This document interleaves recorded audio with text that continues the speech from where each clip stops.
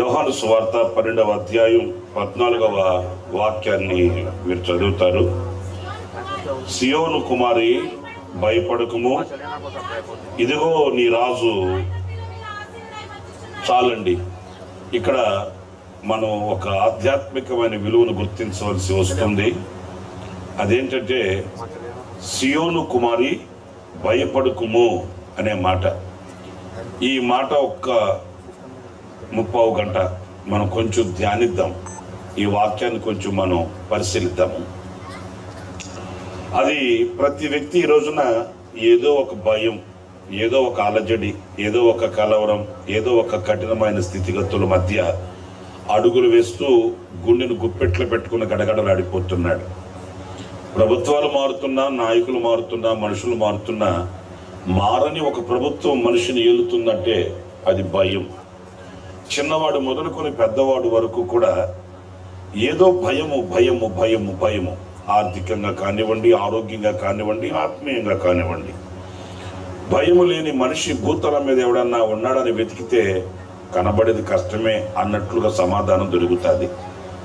ప్రియమైన వారులారా, ఈ మాటకి ఈ వాక్యం ఒక గొడ్డల పెట్టు లాంటిది. భయపడకుడి అనే మాట ఇది కాస్త ఆలోచింపచేసే ఆశ్చర్యకరమైన మాట. ఎందుకంటే జీవిత విధానంలో వేస్తున్న అడుగులో, పయనంలో ఎన్నో అలజడులు, అవాంతరాలు, అభ్యంతరాలు మనిషిని ఇబ్బందిలో, కొలిమిలోనికి తీసుకుని వెళుతుంటే భయపడకుండా కాస్త అడుగులు వేయడానికి ఎలా ఆధారం దొరుకుతుంది అనే మాట మన మనసులో మారుమోగుతుంది. అయితే దేవుడు, మన ప్రభువు ఏదో మాట చెప్పి మనల్ని సాగనంపి పంపించేవాడు కాదు. ఆ మాటలో ఉన్న ఆంతర్యం ఆయన అక్షరాల నెరవేర్చి, రుజువుపరిచి, వెన్ను తట్టి నడిపించగలిగిన నమ్మదగిన దేవుడు ఒకే ఒక్కడు. ఆయన పేరే నజరేయుడైన యేసు.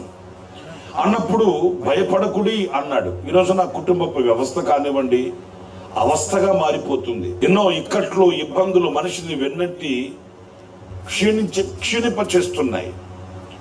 అయితే ఈ భయపడకుడి అనే మాట ప్రభు చెప్పాడు కదా, ఎందుకు భయపడకూడదు? ఇప్పుడు నేనున్నాను, నేను ఏదో 4 మాటలు చెప్పి ఏం కాదులేండి, ఆయన కార్యం చేస్తాడులేండి, అద్భుతం చేస్తాడులేండి అని మిమ్మల్ని సాగనంపేశాను అనుకోండి, మీలో సంతృప్తి కలగదు.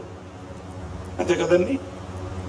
మీకేమందులేమండి, చెప్పేదానికి బాగానే చెప్తారు, బ్రతికే వాళ్ళకి మాకు తెలుసు కానీ ఆ బాధ ఏంటో అంటారు. ఒకవేళ నా మాటలో మీకు నిరీక్షణ కలగకపోవచ్చు, నా మాటలో మీకు ధైర్యం కలగకపోవచ్చు, నా మాటలో మీకు విశ్వాసం కలగకపోవచ్చు, కానీ శక్తి కలిగిన దేవుని మాటను గనక మీరు పూర్ణంగా విశ్వసించి, ఆధారపడి, ఆనుకొని అడుగులు వేయగలిగితే ఆయన చేసే గొప్ప కార్యాలు మీ బ్రతుకులలో, మీ కనుల ఎదుట మీరు అనుభవిస్తూ సాక్షులుగా నిలవగలుగుతారండి. ఈ రాత్రి మీరు గమనిస్తే, మీరు భయపడకండి అన్నాడు. దేనిని బట్టి భయపడకూడదు, ఎందుకు భయపడకూడదనే మాటను మనం విశ్వసించాలి. భయపడద్దు అని చెప్పిన దేవుడు ఎలాంటి కార్యాలు చేయబోతున్నాడు, దేని నిమిత్తం మనం విశ్వసించాలి అని అంటే భయపడకూడదు అన్నాడు కదా. భయపడకుండా ఉండడానికి గల ఆధారాలేంటి అన్నప్పుడు పరిశుద్ధ గ్రంథంలో కొన్ని మాటలు మీకు జ్ఞాపకం చేస్తాను. అదేంటంటే ప్రకటన గ్రంథం 1వ అధ్యాయం, ప్రకటన గ్రంథం 1వ అధ్యాయం 17-18 వాక్యాలు మీరు చదివితే అందులో ఉన్న చక్కటి శ్రేష్టమైన మాటలు ఒకసారి మనం ధ్యానిద్దాం. ప్రకటన గ్రంథం 1వ అధ్యాయం 17-18 వాక్యాలు. నేను ఆయనను చూడగానే చచ్చిన వాని వల్ల ఆయన పాదముల యొద్ద పడి తిని, ఆయన తన కుడి చేతిని నా మీద ఉంచి నాతో ఇట్లా, నేను భయపడకుము. సేమ్ వే, అదే మాట, భయపడకుము. ఎందుకు భయపడద్దు అంటున్నాడు? నేను మొదటి వాడను, కడపటి వాడను, జీవించువాడను, మృతుడనైతిని గాని ఇదిగో యుగ యుగములు సజీవుడినై ఉన్నాను. వింటున్నారండి? మనం ఆరాధించే దేవుడు భయపడకుడి అంటున్నాడు.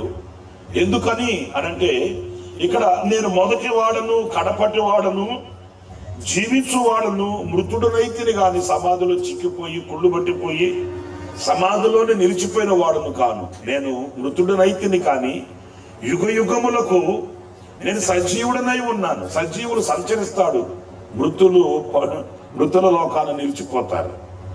ఇక్కడ మన దేవుడు ఎవరు అనంటే ఆయన మొదటివాడు కడపటివాడు జీవించుచున్నాడంట. అంత మాత్రమే కాదు సుమ, శ్రేష్టమైన అమూల్యమైన వాక్యం. మీరు ఆ వాక్యంలో చివరన నేను చదువుతాను, మీరు వినండి. మృతుడనైతిని గాని యుగ యుగములు సజీవుడనై ఉన్నాను, మరియు మరణము యొక్కయు పాతాళ లోకము యొక్కయు తాళపు చెవులు నా స్వాధీనములో ఉన్నవి. చాలా, ఈ ఒక్క మాట మన బ్రతుకునకు కొండంత ధైర్యాన్ని ఇస్తుందండి. ఎందుకంటే భయపడకండి అంటే ఎన్ని భయాలు ఎన్ని భయాలు ఎన్ని భయాలు. అది దొనకొండ అనే ప్రాంతంలో ఒక 4-5 కుటుంబాల వాళ్ళు మన ప్రార్థనా మందిరానికి వస్తుండేవాళ్ళు. సరే, ఒక రోజున ఆయన అన్నాడు, అయ్యా మా అమ్మాయి 10వ తరగతి పాస్ అయ్యింది, కాలేజీకి పంపిస్తున్నాం, మీరు వచ్చి ఒక చిన్న ప్రార్థన చేస్తే బాగుంటుంది అంటే సరేనని వెళ్ళా. ఉదయం 8 గంటలకల్లా నేను వెళ్ళాను. వెళితే వాళ్ళు అన్నారు, పాప సిద్ధపడుతుందండి, కూర్చోండి అని కాఫీ ఇస్తే తాగాను. నేను నాతో బ్రదర్ ఇద్దరు వెళ్ళాము. సరే, ఆ పాప సిద్ధపడి వచ్చింది, కాలేజీకి పంపించాలి, ప్రార్థన చేద్దామని అందరూ నిల్చున్నాము. వాళ్ళ పేరెంట్స్ అందరూ ఉన్నారు. ఇక నేను ప్రార్థన ప్రారంభించాను. మీరు నమ్మండి, నేను ప్రార్థన చేస్తుంటే ఆ పాప తండ్రి అంకుల్ పెద్దయినా అక్కడ నిల్చొని ప్రార్థనలో ఏకీభవిస్తూ కళ్ళు మూసుకొని నేను ప్రార్థన చేస్తూనే ఉన్నాను. ఎక్కులు పెట్టి ఏడుస్తున్నాడండి. అయ్యో, ఆయన ఎవరు కంట్రోల్ చేయలేకపోతున్నాను, అంతగా కన్నీళ్ళు పెట్టి ఎక్కులు పెట్టి ఏడుస్తున్నాడు. సరే, నేను ప్రార్థన చేసి ముగించాను అనుకోండి. నాయనా, బిడ్డని ఆశీర్వదించావు, దీవించావు, గత సంవత్సరం అంతా జయమిచ్చావు, ఈ సంవత్సరం కాలేజీకి వెళుతుంది, మంచి భవిష్యత్తు ఇవ్వండి అని నేను ప్రార్థన చేస్తుంటే ఆయన ఎక్కులు పెట్టి కుమిలి ఏడుస్తున్నాడు. నేను కూడా ప్రార్థన ముగించిన తర్వాత ఆ పెద్ద ఆయన్ని, ఏంటంటే అలా ఫీల్ అవుతున్నారు మీరు, ఎందుకు అలాగ దుఃఖపడుతున్నారు, అలాగ కన్నీళ్ళు పెడుతున్నారేంటి? కడుపును పుట్టిన బిడ్డ కాళ్ళ మీద ఎదిగి కాస్త కాలేజీ మెట్లెక్కి కంటి నిండా కనబడుతుంటే కన్నీళ్లతో సాగనంపుతావేంటి కన్న తండ్రి? నెమ్మదిగా సంతోషంగా ఆనందంగా బిడ్డను ఆశీర్వదించి పంపించాలి గాని కన్నీళ్లతో మార్గం చూపిస్తావేంటి, కన్నీళ్లతో సాగనంపుతావేంటి? అట్లా అంటే ఆయన కళ్ళు తుడుచుకుంటూ మాట అన్నాడు నాతో, బ్రదర్, పిల్లలు కలిగిన తల్లిదండ్రులుగా మాకు ఈ కన్నీళ్లు తప్పలేండి. నాకు ఆశ్చర్యం అనిపించింది. నాకు పెద్ద అనుభవం ఏమీ లేదు. అది ఇంచుమించు 99వ సంవత్సరంలో జరిగిన సంగతి ఇది. 99లో నేను మార్కాపురం అనే చోట నేను సేవలో ఉన్నాను. 2000లో గుంటకల్లో ఉన్నాను. ఇది 99లో జరిగిన సంగతి చెప్తున్నాను మీతో. నేను అన్నాను, మరి పిల్లలు కలిగిన తల్లిదండ్రులుగా మాకు ఈ కన్నీళ్ళు తక్కువ అంటున్నావు ఏంటి, అగ్రిమెంట్ ఏమైనా రాయించుకున్నావా అని అడిగాను. అడగాలి కదండి, తప్పకపోవడం ఏంటి? అలాగంటే ఆయన కళ్ళు తుడుచుకుంటూ నాకు సమాధానం చెప్పిన మాటలు ఏంటంటే, బ్రదర్, ఎదిగిన బిడ్డలు ఈరోజు ఇంట్లో నుంచి బయటకు వెళుతున్నారంటే గుండె గుప్పిట్లోకి వస్తుందండి, భయం మమ్మల్ని వేధిస్తుందండి.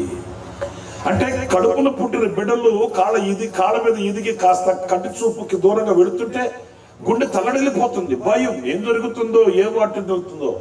ఈ రోజున ఎదుగుతున్న పిల్లలు చూసినా భయమే, ఇంట్లో ఉన్న పరిస్థితులు చూసినా భయమే. మీరేంటో చాలా సీరియస్ గా వింటున్నారు కానీ వీపు మీద అంత గొల్లలేస్తే మనోడు 6 అడుగులు ఆజానుభావుడు గొల్లైపోతాడు. ఇక ఆ గొల్లని తడిమి చూసుకుంటాడు, తమ్ముడైపోతాడు. ఇంకా అప్పటికప్పుడే కన్నీళ్ళు అద్దెకి తెచ్చుకుంటాడు. ఇంట్లో వాళ్ళందరూ చూసి కుమిలి ఏడుస్తుంటాడు. ఏంటయ్యా అంటే వీపు మీద గొల్ల అంటాడు, గొల్ల చూసి గొల్లైపోతుంటాడు. అంటే ఈ రోజున ఎంత ఉన్నత స్థితిలో ఉన్న వ్యక్తి అయినా కొన్ని పరిస్థితులు మనిషిని భయపెట్టేసి కలవరపరిచేసి ఆ వ్యక్తిలో ఉన్న ధైర్యాన్ని హరించి వేస్తున్నాయి. కానీ ఈ వాక్యం మనకి ఏం చెప్తుందంటే, మన ప్రభు ఏం చెప్తున్నాడంటే, మీరు భయపడకండి. ఎందుకు భయపడద్దు అంటున్నానంటే, మరణము యొక్కయు పాతాళ లోకము యొక్కయు తాళపు చెవులు ఆ తాళపు చెవులు ఎవరి చేతిలో ఉన్నాయి? నువ్వు ఇక్కడున్నావు ఏంటమ్మా? Very good. హైదరాబాద్లో ఇక్కడ కాక ఎక్కడ ఉంటారు చెప్పండి? మా వాళ్ళంతా వచ్చాడు, సెటిల్ అయిపోయినారు అంతే. ఓకే, తాళపు చెవులు నా చేతిలో ఉన్నాయి, మీరెందుకు భయపడడం అంటారు.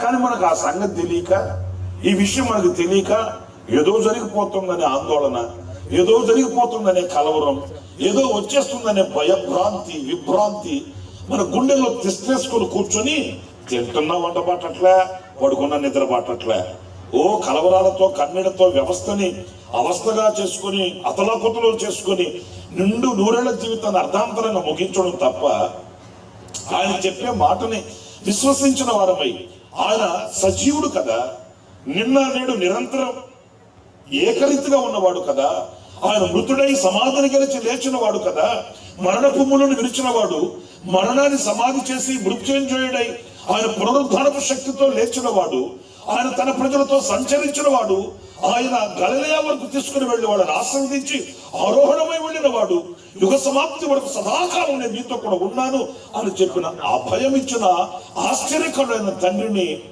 మనం విశ్వసించలేక ఇంకా ఈ భయంతో విభ్రాంతితోనే కొనసాగుతూ ఉండడం మన అమాయకత్వం అని చెప్పుకోవాలి. నా ప్రియమైన దేవుని బిడ్డలారా, మరి తాళపు చెవులు ఆయన చేతిలో ఉంటే ఎవడు మనల్ని ఏం చేయగలుగుతాడు? ఆయన ఆజ్ఞ లేనిదే, ఆయన సెలవు లేనిదే మనకేమైనా జరుగుతుందా? మనకేమైనా వాటెలుతుందా? మరి తాళపు చెవులు ఆయన చేతిలో ఉంటే, సమస్తం ఆయన స్వాధీనంలో ఉంటే మనకి ఏం జరుగుతుందని మీరు లేఖనాల్లో కూడా చూడండి. మీకు ఒక ఆశ్చర్యకరమైన ఓ మాట చెప్తాను, మీ అందరికి బాగా తెలిసిన సంగతే. అదేంటంటే, ఒక ప్రవక్త ఉన్నాడు. ఆయన పేరుకు ప్రవక్తే గాని చేసే పనులు మంచివి కాదు. పేరుకు ప్రవక్తే. ఈ జనానికి కూడా పిచ్చి మూఢనమ్మకం అండి.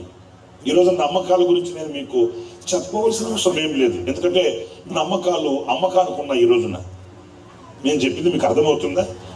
ఒకప్పట్లో నమ్మకం అంటే దానికి ఒక నిర్వచనం ఉండేది. నమ్మకం అంటే పునాది ఉండేది. నమ్మకము అంటే దానికి పాదాలు ఉండేవి. ఈ రోజున నమ్మకం అమ్మకానికి వచ్చేసింది. ఎవడు పడితే ఆడు. ఇంకా ఏంటి, చాలా ఉన్నాయిలేండి, ఇంకా చాలా ఉన్నాయిలేండి. అయితే నేను వాటి గురించి చెప్పట్లేదు, కానీ ఈయన గురించి ప్రజలకు కూడా అదొక మూఢనమ్మకం. ఏంటంటే, ఆయన ఏం చెప్తే, ఆయన ఏం పలికితే అది నెరవేరిపోద్ది, అది జరిగిపోద్ది. అంతేగాని ఆయన పలికిన మాటను రూఢిపరచగలిగిన శక్తి గల దేవుడు ఎవరు, అది తెలియట్లేదు, అది వివేచించట్లేదు. అంతగా ఆలోచించగలిగిన మనసు లేదు, అంతగా ఆలోచించగలిగిన సమయం కూడా లేదు. ఎందుకంటే సాఫ్ట్వేర్లు, హార్డ్వేర్లు, ఎంటెక్, బీటెక్, జీవితం అంతా హైటెక్. ఇంకా అంత కూర్చొని ఆలోచించి తీరన ఆయన అన్నాడంటే, అది జరిగిందంటే, ఆ మాటని రూఢిపరిచింది ఎవరు, ఆ మాటని స్థిరపరిచింది ఎవరు, ఆ మాటను నెరవేర్చింది ఎవరు అని లోతైన అనుభవాల్లోకి వెళ్లే సత్తువ, లోతైన అనుభవాల్లోనికి వెళ్లే సంఘ సహవాసాలు, లోతైన అనుభవాల్లోకి వెళ్ళగలిగిన ఊరట ఈ రోజున ఎక్కడ కలుగుతుందండి? లేదండి, లేనే లేదు. అందులో మీ హైదరాబాద్ మీ సంగతి నేను చెప్పాలన్నా, మీరు వినాలన్నా, నాదన్న రీసెర్చ్, మీది ఎక్స్పీరియన్స్ కదా. ఏంటండి, ఎన్ని మ్యాజిక్లో, ఎన్ని తంత్రాలో, ఎన్ని మంత్రాలో, కొత్త కొత్త పద్ధతులు, కొత్త కొత్త నియమాలు, పుట్టగొడుగులాగా మొలిచే గడ్డ ఇదిగో ఈ తెలంగాణ గడ్డ కదా. ఆచారాలకి కానివ్వండి, మరొకటి కానివ్వండి, సాంప్రదాయాలకు పుట్టినిల్లు పెట్టినిల్లు మన గడ్డ. అయితే దేవుని వాక్యంలో మీరు చూడండి, ఆయన కూడా ఒక ప్రవక్త. ఆయన ఏం చెప్తే అది జరుగుతుంది, ఆయన ఏం పలికితే అది పలుకుతుంది అనే మూఢనమ్మకం ప్రజల్లో పాతకపోయింది. అందుకే ఈ పాతకపోయిన ఈ మాట మరి ఆ బాలాకు రాజు కూడా తెలిసిందేమో. ఆయన పంపించాడు కొంతమందిని, బిలాము అనే ప్రవక్త దగ్గరికి పంపించి అన్నాడు, ఏమండి మీకు ఆఫర్ ఇస్తాం, బంపర్ ఆఫర్ అండి. అదేంటంటే మీరు వచ్చేసి ఇశ్రాయేలీల్ని మీరు శపించాలండి అన్నాడు. అసలు వాస్తవంగా ప్రవక్త కదా ఆయన. ప్రవక్త అయినప్పుడు అలాంటి మాటలు వినగానే ఖండించాలి, గద్దించాలి, బుద్ధి చెప్పాలనా లేదా? చెప్పరు ఏంటండి? ఏమో అంత సీరియస్గా చూస్తున్నది ఏంటండి బాబు? మీరు ఎంత సీరియస్గా చూసినా కూడా ఆమె అనగానే ఆటో ఎక్కేస్తాను నేను, మీ చేతికి ఏం దొరకను. అంచేత మీరేమి కక్ష, ఈర్ష్య, ద్వేషం పెంచుకోవద్దు. నేను చెప్పే మాట మీద కొంచెం ఆధారపడండి, కొంచెం పాదాలు పెట్టండి, కొంచెం నిలబడండి. ప్రవక్త కదా ఆయన. మరి ప్రవక్త అయినప్పుడు ఇలాంటి దౌర్బల్యమైన మాటలు విన్నప్పుడు ఖండించాలా లేదా? ఈ రోజున ఖండించే వాళ్ళు దొరకట్లేదండి. డబ్బు ఖర్చు పెట్టినా కూడా ఈ రోజున ఖండించే వాళ్ళు దొరకట్లే. ఎంతసేపటికి పైన పాలిష్ చేసి, పైన మెరుగులు రుద్ది, పైన రంగులు పూసి, దాన్ని పెద్ద అద్దాల మేడగా కట్టి, ఆ అద్దాల మేడని అతికిచ్చేవాడు కనబడుతున్నారే కానీ పాపాన్ని పాపముగా, అది లేకపోతే అక్రమాన్ని అక్రమంగా ఖండించి, హెచ్చరించి, బుద్ధి చెప్పి, గిచ్చి గుచ్చి నొప్పింపజేసి ఒప్పింపజేసే వాళ్ళు ఈ రోజున కరువైపోయారు, అరుదైపోయారు. అలాంటి వాళ్ళు నిలబడితే కూడా కూర్చుని వినేవాళ్ళు కూడా తక్కువైపోయారు. ఏమమ్మా? ఎవరైనా గద్దించి హెచ్చరించి బుద్ధి చెప్పి సరిచేసే వాళ్ళు వస్తున్నారంటే వాళ్ళకి ఆవిడ దూరాన నిలబడుతున్నారు కానీ హత్తుకునే వాళ్ళు కనిపించట్లేదు. అర్థమవుతుందండి. మరి ఒక ప్రవక్త కదా ఆయన. మరి ప్రవక్త అన్నప్పుడు ఆ బిలాము ఇచ్చిన ఆఫర్ని వెంటనే తిరస్కరించి వెంటనే వాళ్ళకి బుద్ధి చెప్పాలి. అరే పిచ్చోళ్ళారా, మీకేం మతి చెల్లించిందా? మీరు క్రైస్తవ మతంలో ఉన్న వాళ్ళ ఏంటి పద్ధతులు ఏంటి? నేను రావడం ఏంటి? వాళ్ళని శపించడం ఏంటి? నేను ఒక ప్రవక్తని, నా నోట ఆశీర్వాదకరమైన మాటలు రావాలి. నేను అనేకులకు దీవెనకరంగా మలచబడిన వాడిని, అనేకులను ఆశీర్వదించడానికి నియమింపబడిన వారిని, అనేక మందిని ఆశీర్వాదకరమైన మార్గాలలో నడిపించడానికి ఆయన చేతి పాత్రను, ఆయన నోటి పూలను నేను ఈ పనికి పూనుకోవడం ఏంట్రా అని చెప్పి ఉండాలి. ఆయన చెప్పలేదు. ఎవరో ఒక పాస్టర్ గారు కూడా ఈ మధ్య సంఘంతో చెప్తున్నాడంట. ఏమంటే, సినిమాలు చూడడం తప్పేమి కాదండి, సినిమాలు చూడకపోతే జనరల్ నాలెడ్జ్ ఎట్లా వస్తుందండి?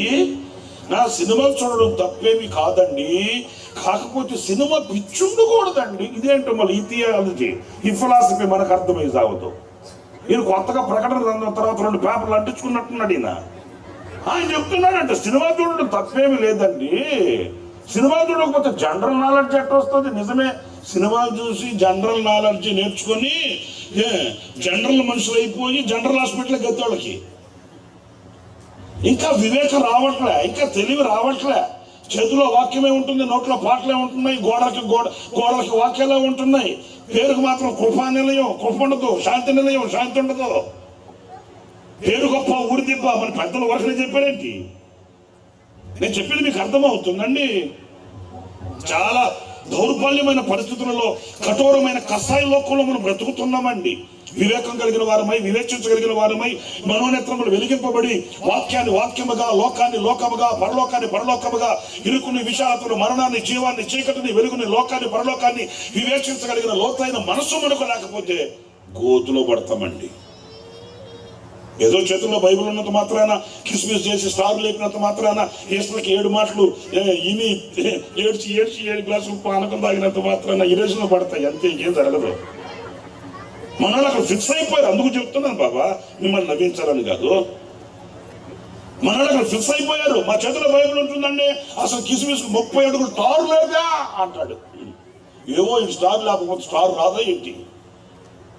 అర్థమవుతుందండి. పేరుకేమో గోడలకు వాక్యాలు ఉంటాయి, ఇంట్లో క్యాలెండర్లు ఉంటాయి, ఇంట్లో క్యాసెట్లు ఉంటాయి, కానీ ఇంట్లో ఉన్న పరిస్థితులు ఏంటంటే పాటలు పెట్టుకుని ఒకరినొకరు గుద్దుకొని చేస్తుంటారు.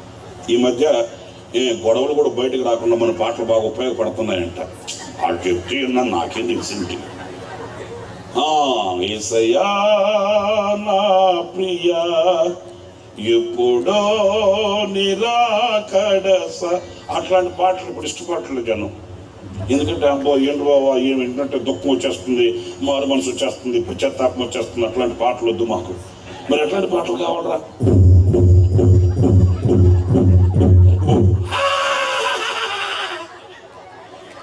ఎక్కడో ఒక చోట వినబడుతుంది అని, ఇక మిగతా అంతా ఎందుకంటే లోపల కొట్టుకుని దెబ్బలాడుకుని బయట నిలబడకూడదు కదా. అమ్మగారు అయ్యగారిని కొడుతుందో, అయ్యగారు అమ్మగారిని కొడుతుందో మనకు అర్థమై సాగకూడదు కదా. ఏంటి నవ్వుతారేంటి? నేను చెప్పేది వాస్తవం కాదంటారేంటి? మరేంటి, ఇండియా పాకిస్తాన్ మ్యాచ్ లోపల జరిగిపోద్ది, బయటకు వచ్చేటప్పుడు విన్ అనుకుంటే బయటకు వస్తుంటారు. చాలు తమ్ముడు, చాలు. పరిస్థితులు అలాగే ఉంటున్నాయండి. నేను చెప్పేది కొత్త ఏం కాదు. నా ప్రియమైన సహోదరులారా, ఆలోచించండి. వివేకమైన మనసు మనకు కావాలి. దేవుని వాక్యం కూడా వ్రాయబడి ఉంది, వివేకము కలిగి యెహోవాను వెదకువారు కలరానని, ఆయనను వెదకువారు కలరానని ఆయన ఆకాశము నుండి పరిశీలిస్తున్నాడంట ఒక్కొక్కరిని. ఓయబో ఎంతమంది కూర్చున్నారా బాబోయ్, ఈ సంవత్సరం మా చర్చి నిండిపోయింది, గోడలు పిగిలిపోయినాయి, కొట్లు పిగిలిపోయినాయి అని చెప్పుకుంటుంటే ఆయన అంటాడు, ఇంతమందిలో నన్ను వివేకం కలిగి ఎత్తికేవాడు అంతమంది చెప్పరా బాబు అంటాడు. ఏరండి, ఎక్కడున్నారండి? వివేకం కలిగి ఆయనను వెతికేవాళ్ళు, వివేకం కలిగి ఆయన పాదాలు పట్టుకునేవాళ్ళు, వివేకం కలిగి దేవునిగా, లోకాన్ని లోకంగా చూడగలిగిన నేత్రములు కలిగిన వ్యక్తులు ఎక్కడున్నారండి? ఏదో ఆచారంలో కొట్టకపోతున్న లోకం అంతే. నా ప్రియ సహోదరులారా, ఆలకించండి. ఈ బిలాం అనే ప్రవక్త ఒక మాట చెప్పి నేను త్వరగా ముగిస్తాను. ఈ బిలాం అనే ప్రవక్త వాళ్ళతో చెప్పాడు, ఏం చెప్పాడంటే, మరి నేను యెహోవా సెలవు లేదే నేను రానండి, నాకు ఇంటడి వెండి బంగారాలు ఇచ్చినప్పటికీ కూడా నాకు వద్దండి అని చెప్పాడు. సరే, అంతటితో నేను ఒక మాట చెప్తాను. అదేంటంటే, నాకు వద్దండి అనకపోతే, అరే బాబు మీరు చేసే తప్పురా అని చెప్పకపోయాడా? వాళ్ళు మారు మనసు పొంది ఉండేవాళ్ళు కదా, వాళ్ళు పశ్చాత్తాపడి ఉండేవాళ్ళు కదా, వాళ్ళ ఆలోచన ధోరణి మార్చుకునేవాళ్ళు కదా. అని దేవుని ప్రజల్ని శపించే తరం ఎవడికవుతుంది? దేవుని ప్రజల్ని అరికట్టే తరం ఎవడికవుతుంది? దేవుని ప్రజలకు విరోధముగా లేచిన ఏ ఆయుధమైన ఎలా వర్ధిల్లుతుంది అని వాళ్ళని ఖండించుంటే ఎంత బాగుండే మాట. ఏంటండి ఎలా చూస్తారేంటి నన్ను? ఇప్పుడు మీకు మన రాష్ట్ర ముఖ్యమంత్రి గారు వచ్చి మీకు అందరికీ ఒక్కొక్కరికి ఎకరం స్థలం ఇస్తానన్నాడు అనుకోండి, మీరు వద్దంటారా? చెప్పరేంటి? అది ఒక ఎకరం స్థలం ఇస్తానండి, ఒక్కొక్కరికి మీకు పేర్లు ఇవ్వండి అన్నాడు అనుకో, మేము మన రాష్ట్ర ముఖ్యమంత్రి గారు ఎవరు రేవంత్ రెడ్డి గారు వచ్చి మీకు అందరికి ఒక్కొక్కరికి ఒక్కొక్క ఎకరం ఇస్తాను, మీ పేర్లు ఇవ్వండి అంటే కడుపులో ఉండే బిడ్డ పేరు కూడా రాసిస్తుంది ఆ అమ్మ. ఊరికి ఉడుకులు పెడతారేంటి? మరి కడుపులో ఉండే బిడ్డ ఏ బిడ్డ అని చెప్తా ఉంటే ఏదో ఒకట్లయ్యా సొలొమోను అని రాసుకో, మగవాడైతే సొలొమోను అని పెడతా, ఆడపిల్లైతే సొలొమోను పెడతా. ఏమైంది? అంతేగాని వదులుకుంటుందా? అంతేగాని ప్రభులో ఏమయ్యా బాబు ఈ లోకంలో ఎంతకాలం బతుకుతాము, ఎంతకాలం ఉంటాం ఏంటి, ఉన్నవి కూడగట్టుకున్నవి మూట కట్టుకున్న ఎనపెట్టు తగ్గు పెట్టుకున్న ఎవడితరం అవుతుంది ఏంటి, ఏదో 4 రోజులు బ్రతుకుతాం పరదేశులుగా పరలోకంలో ఉన్నట్టు వెళ్ళిపోతాం మేము, మాకెందుకు గొడవ. అంతటోళ్ళు ఎవరన్నా ఉన్నారండి? అంతటోళ్ళు ఉంటే అంతటోళ్ళు కూడా గుర్తిస్తారు, అమ్మో వీళ్ళు క్రైస్తవులు అని. నేను చెప్పింది మీకు రీచ్ అయిందా? అలాంటి వ్యక్తులు మన మధ్యలో ఉంటే, ఎలాంటి వ్యక్తులు? బాబు మాకు అవసరం లేదులే బాబా, దేవుడు మమ్మల్ని ఏ స్థితిలో ఉంచితే ఆ స్థితిలో సంతృప్తి కలిగి బ్రతిక నేర్చుకొని ఉన్నాం, మేము యాత్రికులము, పరదేశులమి, ఏదో 4 రోజులు ఈ లోకంలో ఉంటాం, ఈ లోకంలో దేవుడు మాకు ఇచ్చిన జీవితం సిద్ధపాటు దినాలు ఇవి, మేము సిద్ధపడతాం, రేపో మాపో మా ప్రాణప్రియుడు యేసయ్య వస్తాడు, వెళ్ళిపోతాం, మాకు వద్దు నాయన అని చెప్పేవాళ్ళు ఉంటే, అట్లాగా ఆఫర్లు ఇచ్చే వాళ్ళకి అర్థమవుతుంది, ఓకే క్రైస్తవులు అంటే వీళ్ళు, క్రైస్తవులు అంటే ఇట్లా బ్రతకాలేమో, క్రైస్తవుని మనసులో ఈ నిరీక్షణ ఉంటుందేమో అని తెలుస్తుంది. మనం చెప్పేది లేదు, వాళ్ళకి తెలిసేది లేదు. ఇదిగో ఈ ప్రవక్త పరిస్థితి కూడా అదేనండి. నాకు వద్దు అంటాడే కానీ చేయకూడదు అని అనట్లేదండి, చేయకూడదు అని అనట్లే. సరే ఒక చిన్న మాట చెప్తా. వాళ్ళు వెళ్ళి బాలాకు రాజుతో చెప్తే, ఆ బాలాకు రాజు అన్నాడు, పిచ్చోళ్ళ పంపించుకు మిమ్మల్ని పంపించాను దద్దమ్మల్ని, మీరు లోపలికి వెళ్ళండి, నేను విఐపీలు పంపిస్తాను అని ఇంకొక బ్యాచ్ని పంపించాడు. వాళ్ళు ఎలాంటి వాళ్ళు అంటే జలగల్లాంటి వాళ్ళు. వాళ్ళు వెళ్ళి ప్రవక్త బిలాం మైండ్ వాష్అవుట్ చేశారు. వాళ్ళు పిచ్చోడు ఉన్నట్టున్నావు పాస్టర్ గారు, నువ్వు ప్రభుని నమ్ముకున్న వాడిని నిన్నే చూస్తున్నాను ఇట్లాగా, నువ్వు ఎంతకాలం లైట్లు కట్టి మైకులు పెట్టి పాటలు పాడి పద్యాలు పాడితే ఎంతకాలం నువ్వు సేవ చేస్తే నీకు ఇంత ఆఫర్ వస్తుంది ఏంటి? పిచ్చోడున్నట్టున్నావు నువ్వు, మంచి ఆఫర్లు కాదనుకుంటే నువ్వు చాలా లాస్ అయిపోతావు, జాగ్రత్త. ఈ రోజున సేవకులు ఎట్లా ఉంటున్నారు, టక్కు టై షూటు బూటు హ్యాటు వేసుకొని అసలు వేదిక మీదకి నిలబడితే దద్దరెళ్ళిపోవాలంతే. ఈరోజు ఎట్లా ఉంటున్నారు సేవకులు? ఏంటి నీలాగా ముడి కట్టుకుని బైబిల్ పట్టుకుని బికారిగా చిప్పులు జుట్టు చినిగిన పట్టేసుకుని కూర్చుంటే ఎవడన్నా వస్తాడా నీ దగ్గరికి? ఎవడన్నా వస్తాడా? పెద్ద సేవకుడు, పెద్ద దైవజనుడు అనాలంటే పెద్ద కారులో దిగాలి కదా. సైకిల్ మీద సేవ చేసేవాడిని ఎవడన్నా లెక్క పెడతారా? ఇంటింటికి తిరిగి పాంప్లెట్లు పంచి కరపత్రాలు పంచి పూటకి ఎక్కడో ఒక దగ్గర అనుకునేవాడిని ఎవరైనా వేదిక ఎక్కిస్తారా? మరి పెద్ద పాస్టర్ అంటే పెద్ద కారులో దిగాలి, టక్కు టయ్యి షూటు బూటు హ్యాటు ఉండాలి, వెనక ముందు 4 పెద్ద బలవంతులు కండలు తిరిగిన వాళ్ళు ఉండాలి. అలాంటి వాళ్ళు కదా ఘనత ఉండేది. మరి ఈ ఆఫర్ను ఉపయోగించుకుని నువ్వు కూడా అట్లా గొప్ప కూడా అయిపోవచ్చు కదా, పెద్ద చర్చ్ కట్టుకోవచ్చు కదా, పెద్ద సిలువ పెట్టచ్చు, పెద్ద దండ ఇచ్చు, గంట పెట్టచ్చు, లోపల మైకి పెట్టచ్చు. బాబా ఏంటి వద్దంటున్నావు ఏంటి నువ్వు? పాపం బిలాము కూడా ఆశ కలిగింది. అబ్బో నిజమే కదా, మనమేమో ఇంటింటికి వెళ్ళి 4 లైట్లు కట్టుకుని 3 మైకులు 3 పాటలు పెట్టుకొని చింతలేదేక యేసుబోటెడు ఎవడు రావట్లే అక్కడికి, వీళ్ళు ఏదో ఆఫర్ ఇస్తున్నట్టున్నారు. ఇంకా మనం కూడా పెద్ద బాక్సులు పెట్టేసి లైట్లు కట్టేసి వాల్ పోస్టులు వేసేసి ఇంకా ఫ్లెక్సీలు కట్టేసి ఫ్లెక్సీలు మన ఫోటో వేసేసి మనం కూడా నిలబడిపోతాం. ఆశ కలిగిందేమో పాపం. మొన్నటి రోజేమో ఇల్లంత వెండి బంగారాలు ఇచ్చిన నేను రానన్న ఆయన ఇప్పుడు మరలా బయలుదేరాడు. ఎందుకు బయలుదేరాడంటే దేవుడు కూడా చెప్పాడు, మీరు జాగ్రత్తగా వినాలి. దేవుడు కూడా బిలాముతో అన్నాడు, వెళ్ళమన్నాడు. ముందేమన్నాడు? వద్దు అన్నాడు. మళ్ళీ వద్దు అన్న దేవుడు మళ్ళీ ఎందుకు వెళ్ళమన్నాడు? ఎందుకు వెళ్ళమన్నాడంటే చెప్తానండి. వీళ్ళు ప్రవక్త అయిన బిలామైనా ఈ ప్రజలైనా ఫిక్స్ అయిపోయారు. ఏం ఫిక్స్ అయిపోయారంటే ఆయన ఏం జరిగితే, ఆయన ఏం చెప్తే అది నెరవేరుతుంది, ఆయన నోటి మాట అలాగే జరిగిపోద్ది. శక్తి కలిగిన దైవజనుడు, బలము కలిగిన దైవజనుడు, అసలు ఆయన నోటి మాట తిరుగులేదు అని ఫిక్స్ అయిపోయారు కదా. ఇప్పుడు దేవుడు ఏమనుకున్నాడంటే పలికే వాని వలన ఏమీ లేదు, చేయగలిగిన శక్తి గల దేవునిలో ఉన్న మహత్యం అని రుజువు పరచాలని దేవుడు ఆలోచించాడు. మీకు అర్థమైంది ఇప్పుడు? ఇప్పుడు వీళ్ళ మనసులో ఉన్న అపోహ పోవాలంటే ఇతను వెళ్ళాల. ఇతను కూడా మాటి మాటికి వచ్చి మోకాలు వేసి ప్రేమ కలిగిన తండ్రి, దయగలిగిన నాయన, జీవగలిగిన ప్రభు, వెళ్తా ప్రభు వద్దంటవా అంటున్నాడు. ఓహో, ఇతనికి మాట వేరుగా ఉంది, మనసేమో వేరుగా ఉంది. మనసులో వెళ్ళాలన్న మాట మాత్రం ఏదో అడగాలి అడుగుతున్నాడు. ఎందుకు? క్లారిటీ ఇచ్చేద్దాం.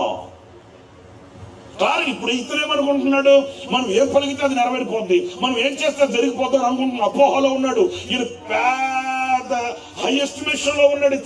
ఇతని నోటి మాటలో కాదు, చేయగలిగిన శక్తి కలిగిన దేవుడును నేను కదా అని కనివిప్పు కలగాలి. ఇతనికి అడుగున్నాడేమో, పొమ్మన్నాడు. లేఖనాలు మీరు చూడండి, చరిత్ర మీరు చాలాసార్లు చదువు ఉంటారు. సందర్భానుసారంగా నేను మీకు జ్ఞాపకం చేస్తున్నా. వెళ్తున్నాడు, గంత కట్టాడు గాడిదికి. గాడిదికి గంత కట్టాల్సిన అవసరం ఏముంది? వెళ్ళొచ్చుగా.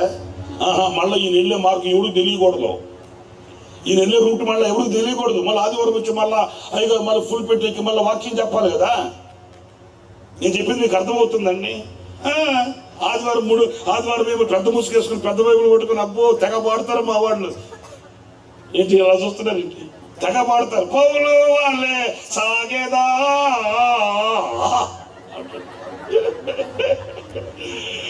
ఇక మైక్ ఇచ్చామంటే మనకు మైకు వచ్చేస్తుంది అంతే. మళ్ళీ మనకి ఎవరు మైకు వాళ్ళు తీసుకుంటున్నారు. అవునండి. శ్రవణు వాళ్ళే సాగేదా అంటే సాగిపో. మళ్ళీ అక్కడ ఎందుకు పడ్డా? మళ్ళీ నేను అనేది ఏంటంటే ఆదివారం రాగాలు రోగాలు అన్ని బాగానే ఉంటాయి, నేను కాదనట్లే. మరి సోమవారం సంగతి ఏంటి? మళ్ళీ గాడిదకి అంత కట్టేస్తారు. నేను చెప్పేది మీకు అర్థమవుతుందా? ఆదివారం అయితే భక్తిగా బైబుల్ పట్టుకొని చర్చిలో కనబడతారు, మడి కట్టుకొని తెల్ల బట్టలతో, లేకపోతే పెద్ద బైబుల్ వేసుకొని పెద్ద ముసుగేసుకొని పెద్ద పాటలు, అబ్బో బాగానే ఉంటాయి ఆదివారం. సోమవారం నుంచి గాడిది గంట కట్టి ఎక్కడికి వెళ్తారో మనకు అర్థం కాదు. అందులో ఇట్లా పెద్ద పెద్ద సిటీల్లో ఎవడు ఎక్కడ ఉంటాడో మనకి తెలిసింది. ఏంటండి అయ్యగారు? ఏదో మాలాంటి చిన్న చిన్న ఊర్లోనైతే ఎవడు ఎక్కడ గదిన్నా ఏమో ఎక్కడికే అని అడుగుతాం. ఇక్కడ ఎవడు అడుగుతాడేంటి? ఎంత పెద్ద సిటీల్లో ఏ సందులో ఉన్నాడు, ఏ గొంతులో ఉన్నాడు, ఆ పరమాత్మునికి తెలియాలి. ఎందుకంటే గాడికి గంట కట్టా, సెల్ ఫోన్ ఆఫ్ చేశా. ఇప్పుడు మనం ఫోన్ చేసినా కూడా ఆమె ఎవరో ఇంకొక ఆమె చెబుతుంటది, మీరు ప్రయత్నిస్తున్న సబ్స్క్రైబర్ స్విచ్ ఆఫ్ చేస్తున్నాడు. నువ్వెవరమ్మా అంటే చెప్పదు. మళ్ళీ ఇంటికి వచ్చిన తర్వాత ఆయన అడగండి, ఎవడో ఇంకొక మాట్లాడుతుందని చెప్తా, ఆయన కూడా చెప్పడు. అంత సీక్రెట్ లైఫ్ అయిపోయిందండి సిటీలో ఈ రోజున. వింటున్నారా? తింటున్నారా? మాట్లాడరేంటండి బాబు? వింటున్నారా? ఆ సీక్రెట్ లైఫ్ అయిపోయింది. అంత సీక్రెటే. గాడిది గంట కట్టేస్తారు, ఎక్కడికి వెళ్తారో మనకు అర్థమై సాగదు. ఆ గాడిది గంట కట్టేస్తారు, ఇంకెవరికి తెలియదు. మనకేం తెలుసు? ఆదివారం కనపడితే హాయ్ ప్రైజ్ లార్డ్ స్తోత్రం హల్లెలూయా గ్లోరీ గ్లోరీ గ్లోరీ అయిపోయింది. 3 మాటలతో అయిపోయింది, వెళ్ళిపోతాం. సోమవారం నుంచి ఎక్కడ తిరుగుతున్నావు, ఎక్కడున్నావు, ఏ దేశంలో ఉన్నావు, ఏ రూపంలో ఉన్నావో దేవుడికి తెలుస్తాలే. మీరేందో అమాయకంగా ఏం తెలియనట్టు చూస్తున్నారు. కానీ నన్ను ఒక మాట చెబుతాను చూడండి. యేసన్న గారు ఒక రోజున ఒక ఫ్యాన్సీ స్టోర్లో ఏదో కొనుక్కుందామని వెళ్ళాడంట. ఆయన పాపం తలదించుకుని ఉసూరు మంట లోపలికి వెళ్ళిపోయాడు. ఉసూరు మంట లోపలికి వెళ్ళిపోయి తలెత్తితే యేసన్న గారు ఆమెను చూడలేదు, ఆమె యేసన్న గారిని చూసేసింది ముందుగానే. అబ్బ సత్యారా బాబు అనుకుందేమో. ఇక యేసన్న గారు ఆ ఫ్యాన్సీ స్టోర్లోకి వెళ్ళి తలెత్తాడంట. ఎదురుగా ఆమె నిలబడింది. ఉంది. వెంటనే ఆమె యేసన్న గారిని చూసి, యేసన్న గారిని వందనాలండి బాబు అనిందంట. ఇదేంట్రా బాబు, అందరూ వందనాలండి అని అంటారు కదా, ఈ అట్లా అన్నట్లే వందనాలండి బాబు అనిందంట. ఏంటని చూస్తే ఈమె ఆదివారం ఏమో చర్చిలో సాదా మోకం, మా మహిళా మండలి డోక్రా గ్రూపు. ఏమనుకోకండి నన్ను, ఏంట్రా బాబు ఎక్కడో మా మీద ప్రయోగాలు అనుకోవద్దండి. ఆదివారం ఏమో మడిగట్టుకొని బైబిల్ పట్టుకొని పెద్ద ముసుగేసుకొని సాదా మోకం ఆదివారం. సోమవారం ఆమె డ్యూటీ నుంచి వస్తున్నట్టుంది, పెట్టింది రూపాయి బిళ్ళంతా. ఇప్పుడు ఏం చేయాలి? అన్ఎక్స్పెక్టెడ్గా యేసన్న గారు ప్రత్యక్షమాయా. ఇప్పుడు ఏం చేయాలి? ఇప్పుడు నన్ను ఈ రూపంలో చూస్తే భక్తురాలు కాదనుకుంటాడేమో. ఆదివారం ఏమో సాదాగా ఉంటుంది, ఇప్పుడేమో సార్లు వేసుకొని ముఖం వేసుకొని ఉంటుంది. ఏం చేయాలి అర్థం కాక, ఇప్పుడు పెట్టిన దాన్ని ఎట్లా తుడిపేయాలి అర్థం కాక ఆమె తెలివి కలిగింది మహా తల్లి కదా. ఎలాగైనా తుడుపాలి, తప్పదు, ఇంకా వేరే ఛాన్స్ లేదని ఆ పెట్టిన దానిని తుడుపుకోవడానికి ఓమల యేసన్న గారు అంటుందట. యేసన్న గారు ఏమో తక్కువైనాడా? ఆయన ముఖం చూసి అన్నాడంట, అమ్మ ఇక్కడక్కడ ఉన్న పంపులో నీళ్ళు వస్తుంటే పోయి మొహం కడుకొచ్చుకోమ్మా అన్నాడంట. ఎందుకంటే ఇక్కడి నుంచి ఇక్కడ దాకా national highway outer ring road పడింది, ఎర్రగా బాట పడింది, సిగ్గుపడిపోయిందంట. సరేలేండి, ఆమె సంగతి చెబితే మీరు చక్కగా నవ్వుతున్నారు కదా, మీ సంగతి ఏంటండి బాబా? ఏ గాడికి ఎక్కడికి అంత కట్టారు ఎవరికి ఏం తెలుసు? మేమేమనుకుంటున్నామంటే మా పిల్లలు హైదరాబాద్లో సాఫ్ట్వేర్ చేసుకుంటున్నారని మేము అనుకుంటున్నాం బాబా. మాకు ఏం తెలుసు చెప్పండి? మా పిల్లలు ఉద్యోగాలు చేసుకుంటున్నారు, మా పిల్లలు హైటెక్ టైటెక్ అనుకుంటున్నాం మేము. ఏ గాడికి ఏ గద్ద కట్టింది మాకేం తెలుసు చెప్పండి? మేమేమో గంపడు ఆశలు పెట్టుకుంటున్నాం, రాత్రులు కలలు కంటున్నాం, దేవుని సన్నిధిలో కృతజ్ఞత చెల్లిస్తున్నాం. ప్రభువా మా బిడ్డలు దీవించావు, ఆశీర్వదించావు, అది చేసావు ఇది చేసావు అని ఆనందం మా గుండెలో ఉంది. కానీ ఈ బిలాం ప్రవక్త ఈ గాడిద గట్టి ఎక్కడికి వెళ్ళాడు నాకేం తెలుసు అండి? గాడిదకి గంత గట్టి ఎక్కడికి వెళ్ళాడు నాకేం తెలుసు? మీకు అర్థమవుతుందా? చాలా ఈ రోజున అనకూడదు కానీ కుటుంబాలు స్వర్గసీమలుగా ఉండవలసిన కుటుంబాలు నరక కూపాలైపోవడానికి, నిండు నూరేళ్ల జీవితం కుక్క చింపని ఇస్తరగా మార్చబడిపోవడానికి, చిందరవందర చేయబడిన బ్రతుకు చిన్ని చేతుల్లో చిల్లర పైసలు కూడా లేని దుస్థితికి దిగజారిపోయిన దౌర్భాగ్యమైన పరిస్థితి అనుభవించడానికి గల కారణం సీక్రెట్ లైఫ్ అండి. నేను ఇలా అంటున్నానని, మిమ్మల్ని నొప్పిస్తున్నానని నన్ను మీరు మరలో భావించకండి. మిమ్మల్ని గిచ్చి గుచ్చి నొప్పింపచేసి దేవుని పాద సన్నిధిని ఒప్పింప చేయడానికి నేను నిల్చుంది ఇక్కడ. నేను మీ కుటుంబపు వ్యవస్థలో అడుగు పెడుతున్నానని దయచేసి మీరు మరలో భావించకండి. ఈ రోజున భార్యాభర్తల మధ్యలో కూడా ఈ రోజున ఆ రహస్య జీవితాలండి, రహస్య జీవితం ఈ రోజున కుటుంబపు వ్యవస్థలో చీడైపోయింది, పీడైపోయిందండి. వింటున్నారా? భార్యాభర్తల మధ్యలో అన్యోన్యమైన సహవాసం ఉన్నట్లే, భార్యాభర్తల మధ్యలో ఉండవలసిన అనురాగం అనుబంధం ఉండట్లే, భార్యాభర్తల మధ్యలో ఉండవలసిన అరమరలేని ఆ మాట తీరు ఉండట్లే. ఏంటో వీళ్ళ బ్రతుకు వీళ్ళదైపోయింది, వాళ్ళ బ్రతుకు వాళ్ళదైపోయింది. ఆయన ఫోన్ ఆయనది, ఈమె ఫోన్ ఈమెది, ఆమె కాంటాక్ట్స్ ఆమెవి, ఈయన కాంటాక్ట్స్ ఈమె. ఇక కూర్చొని మాట్లాడుతూ ఉంటాడు, గిలిగిలిగిలిగిలిగిలిగిలిగిలిగిలిగా అంటది. ఇక చెవు దగ్గర పెట్టాడంటే హలో హలో హలో, అక్కడి నుంచి చెలో చెలో చెలో, ఇంకెక్కడ పోతాడో మనకు తెలియదు. నేనంటాను, నీ భార్యే కదా, నువ్వు కట్టుకున్న నీ భార్య నీ జీవిత భాగస్వామి కదా, నీ మాంసంలో మాంసం, నీ ఎముకలలో ఎముక, నారీ అన్నావు కదా ఆ రోజునేమో. మరి ఇంత సీక్రెట్ లైఫ్ నీకెందుకు? మీకు అర్థమవుతుందని చెప్పడం? ఈ గంట గంటే వ్యవహారం ఇంకెంతకాలం? నీ ఇల్లు ముళ్ళైపోయింది, నీ ఒళ్ళు గొల్లైపోయింది, నీ కుటుంబం పటాపంచలైపోయింది, మొక్క చెక్కలైపోయి చెట్టుకొకరు పుట్టకొకరు అయిపోయే పరిస్థితి ఇంకా గుర్తించలేని గుడ్డివాడిగా ఎంతకాలం సాగుతావు? నీ రహస్య జీవితానికి కారణం ఏంటి? ఆలోచించండి మీరు. యథార్థ హృదయం కలిగిన వారై అరమర లేకుండా తెరచిన పుస్తకం వలె, స్ఫటికము వలె మీరు దేవుని సన్నిధిలో మీ హృదయాన్ని తెరచి పరిచి చూపించగలిగిన ఆ దమ్ము ధైర్యం ఈ రోజున నీ అంతరంగానికి ఉందా? నీ ఆధ్యాత్మికమైన జీవితాన్ని పతనం చేసే ఆ సీక్రెట్ లైఫ్ ఎన్నడూ ఎంతకాలం ఇంకా నువ్వు గుండెల్లో దాచుకుని బ్రతుకుతావు? పైకేమో ఆశను దించునాయన అంటావు, కనికరించు ప్రభు అంటావు, నన్ను ఉన్నతంగా తీసుకువెళ్ళమంటావు, నన్ను స్వస్థపరచమంటావే కానీ నీ అంతరంగంలో ఉన్న చీడని, అంతరంగంలో దాచబడి ఉన్న అదిత్యాంద్రియాన్ని యేసు క్రీస్తు ప్రశస్తమైన పరిశుద్ధమైన రక్తంతో కడుగు కొనకుండా ఇంకా పవిత్రతలో ఎంతకాలం సాగుతావు? ఏంటండి సీక్రెట్ లైఫ్?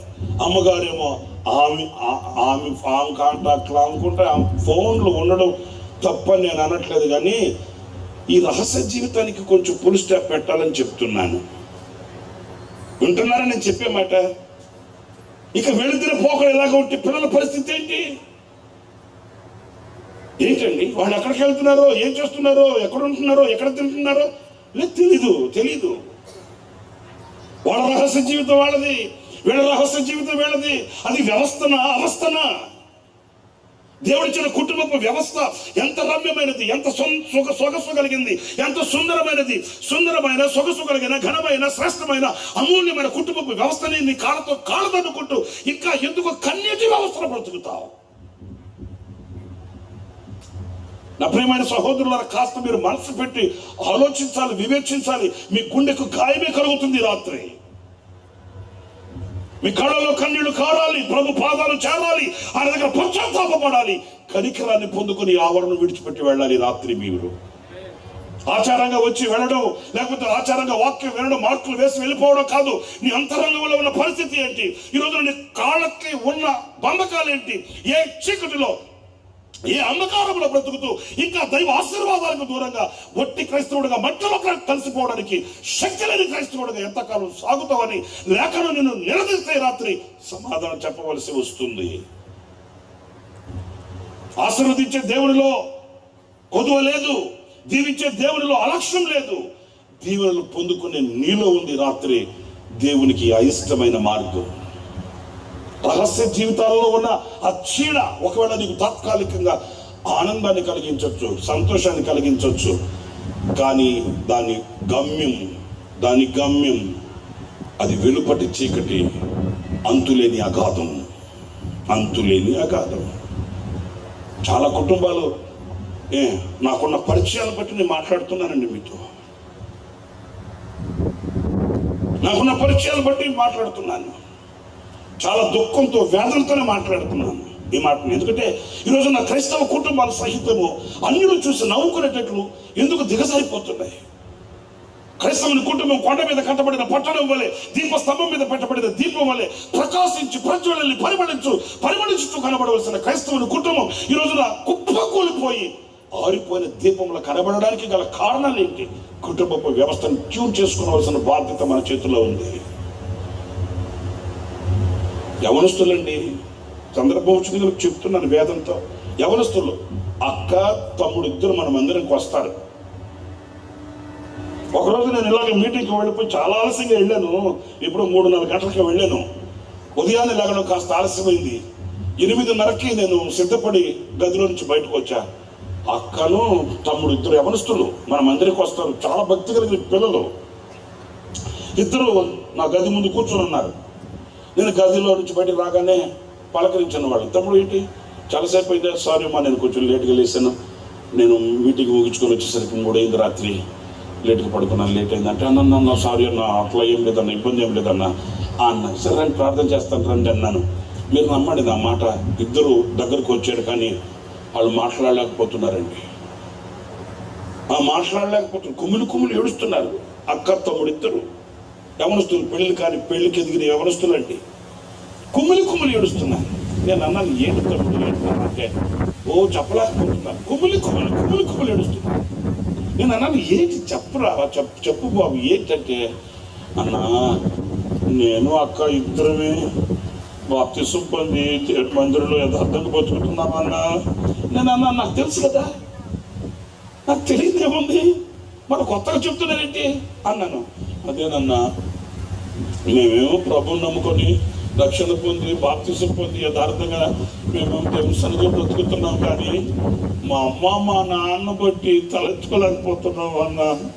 చూసారండి, మా అమ్మ మా నాన్న బట్టి తలెత్తుకోలేము బ్రతకలేకపోతున్నామన్నా, తిరగలేకపోతున్నామన్నా అని కుమిలి ఏడుస్తున్నారండి. వాస్తవంగా చేతికి రాని యవనస్తులను బట్టి తల్లిదండ్రులు కన్నీళ్లు కారుస్తుంటారు. అయ్యా అమ్మాయి మాట నట్లేదు, అబ్బాయి ఎటు తిరుగుతున్నాడు అని చెప్తుంటారు తల్లిదండ్రులు.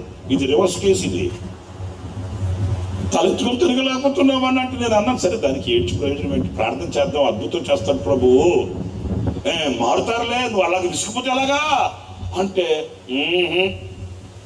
వాళ్ళకి అస్సలు ఆదరణ లేదు. వాళ్ళు కుమ్ములు ఏడుస్తున్నారు. సరే నేను కూర్చోబెట్టి ఒక 10 నిమిషాలు మాట్లాడి, నువ్వు ఆధారపడబాకని మీరు అట్లా అంటే, పాపం వాళ్ళకి నాకు ఎలా చెప్పాలో అర్థం కాక వాళ్ళకి ఎట్లా చెప్పాలో తచిపిచి పడిపోతున్నారు. ఆఖరికి అంటాడు ఆ తమ్ముడు, అన్న వారం రోజుల నుంచి అమ్మ ఇంట్లో కనిపించట్లేదన్న, అమ్మ ఇంట్లో లేదన్న అని ఏడ్చి. నాకు ఇంకా బల్బు వెలగల.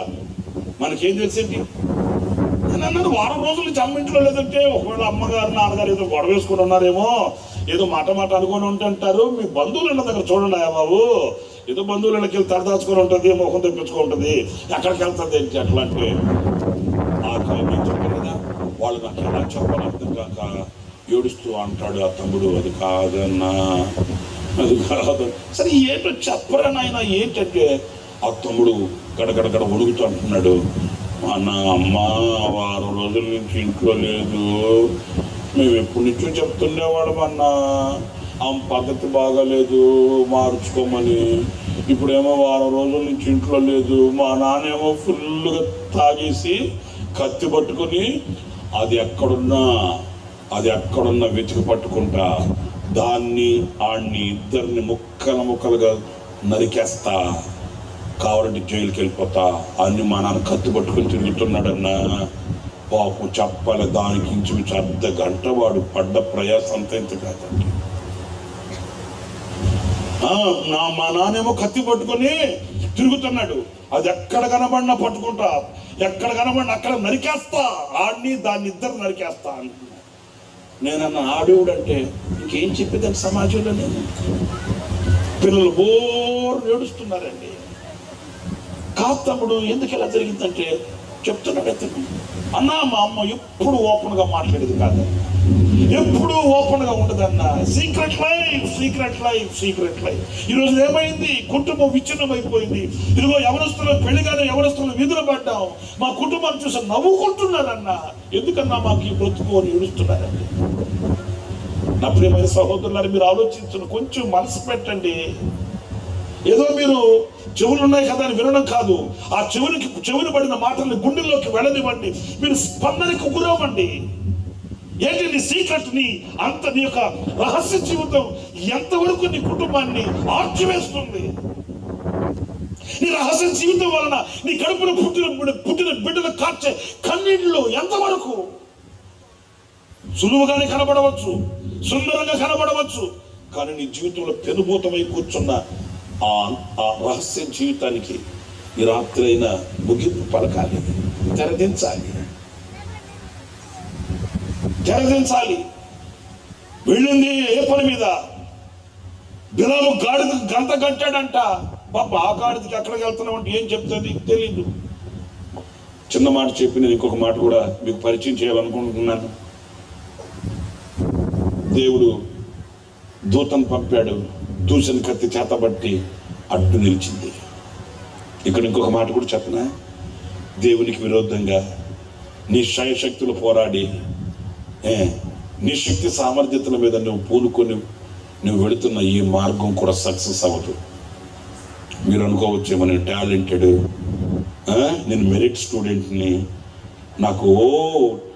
నాకు చాలా అనుభవం ఉంది. నువ్వు ఎంత అనుభవం కలిగిన వాడవైనా, నువ్వు ఎంత టాలెంటెడ్ పర్సన్ అయినా, లేకపోతే నువ్వు మెరిట్ ఎలాంటి వాడవైనా, దేవునికి విరోధంగానో దేవుని చిత్తానికి విరోధంగానో రహస్య జీవితాన్ని చేతబట్టి ఎవరికి తెలియదులే అన్నట్లుగా నువ్వు వెళుతున్న ఏ పనైనా ఏ మార్గమైనా నువ్వు తల కింద పెట్టి కాళ్ళు పైకెత్తి తపస్సు చేసినా కూడా సక్సెస్ కాదు.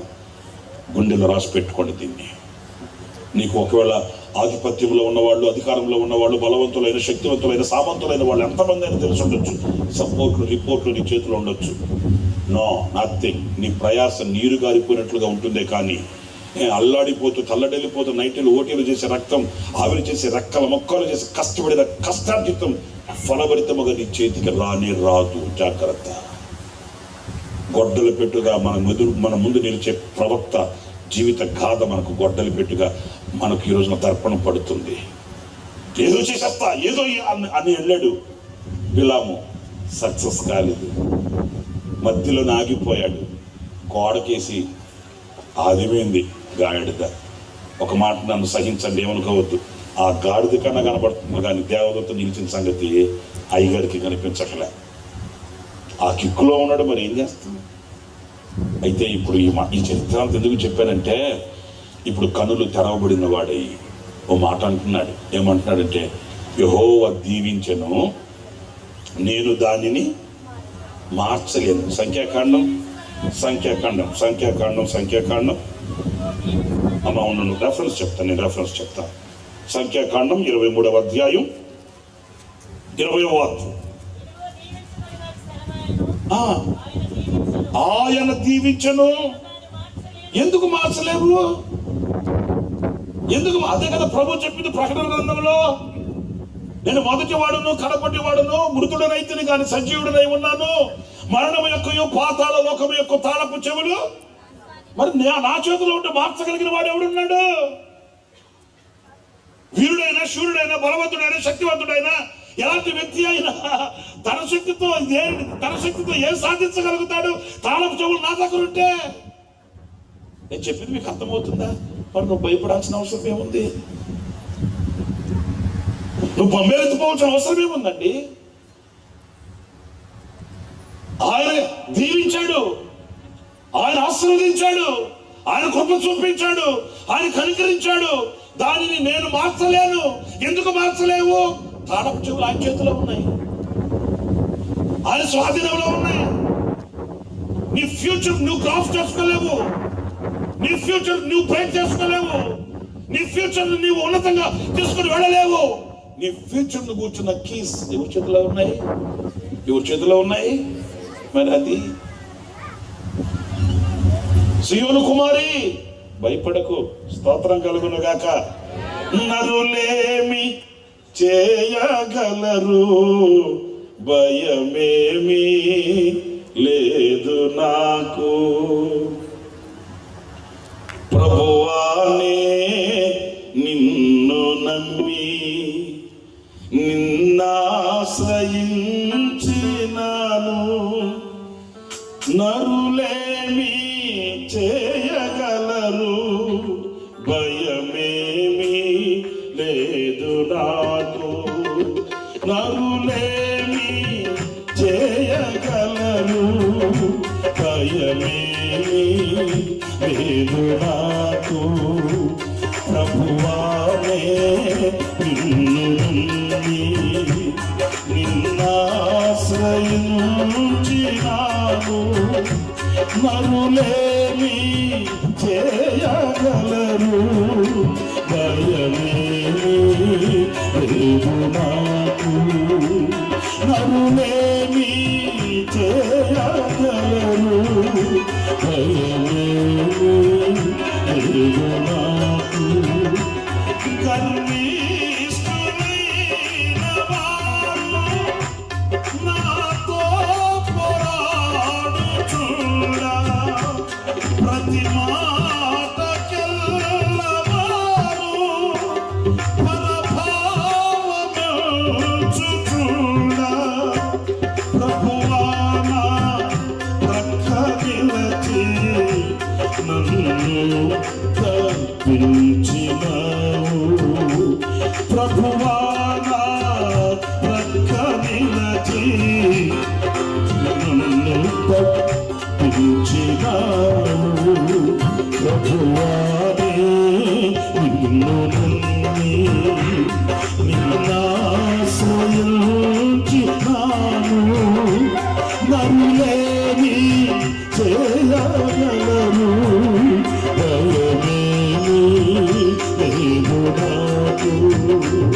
నరులేమి చేయగలరు, భయమేమీ లేదు. గర్విష్ఠులైన వారు నాతో పోరాడుచుండా, ప్రతి మాటకెల్లవారు పరభావముచుచుండా, ప్రభువా నా ప్రక్క నిలచి నన్ను కల్పించినావు. ప్రభువా నా ప్రక్క నిలచి నన్ను కల్పించినావు.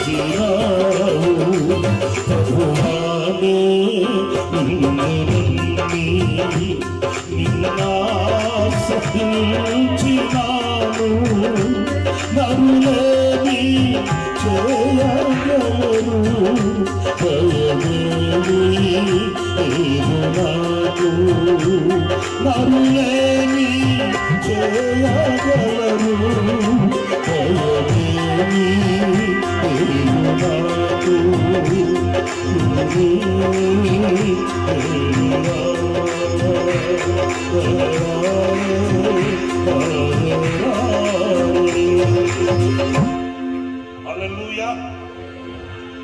హల్లెలూయా. ప్రియ సహోదరులారా, బిలాము ఇశ్రాయేలు గుడారాలు చూశాడు. చిన్న మాట చెప్పి నేను ఇంకొంచెం చొరవ తీసుకుంటాను, ఇబ్బంది ఏం లేదుగా? అయ్య బాబోయ్ చెప్పరేంటి అంటే ఫ్లైట్ టైం అయిపోద్దేమో మీకు అని ఇంకేం లేదుగా, నో ప్రాబ్లం. ఇశ్రాయేలు గుడారాలు చూశాడండి. ఆ పర్వతం మీకు చూస్తే అబ్బో, ఇశ్రాయేలు గుడారాలే మిద్దెలు మేడలు అద్దెలు అవి ఏమి కాదు, టెంట్స్ అంతే కదండి. ఆ గుడారాలు కూడా ఐగుప్తులో నుంచి బయలుదేరే వాళ్ళు సంవత్సరాలు అయిపోయాయి. ఎన్నో ఇసుక తుఫానులు, ఎన్నో అలజడులు, ఎన్నో అవాంతరాలు, ఎన్నో అభ్యంతరాలు. ఇంకా గుడారాలు వేయడం తీయడం వేయడం తీయడం, అతుకుల బోంత. కానీ ప్రవక్త ఆ గుడారాలను చూసి అంటాడు, యాకోబు, ఓ యాకోబు నీ గుడారము, ఇశ్రాయేలు నీ నివాస స్థలము, యాకోబు నీ గుడారం, యాకోబు నీ గుడారం, ఇశ్రాయేలు నీ నివాస స్థలం. ఎంత రమ్యముగా ఉన్నాయి అయ్యా, చూసారండి. అంటే ఇప్పుడు బిలాము నోట మాట కాదు ఇది, దేవుడు ఉంచిన మాట. నేను అంటాను, ఈయన శపించడానికి వచ్చాడు కదా, ఈయన ఏదో ఆ గుడారాలని మట్టి చేయాలని కంకణం కట్టాడు కదా, మరి అలాంటిది నీ గుడారాలు నీ నివాస స్థలాలు ఎంత రమ్యముగా ఉన్నాయి అంటున్నాడే.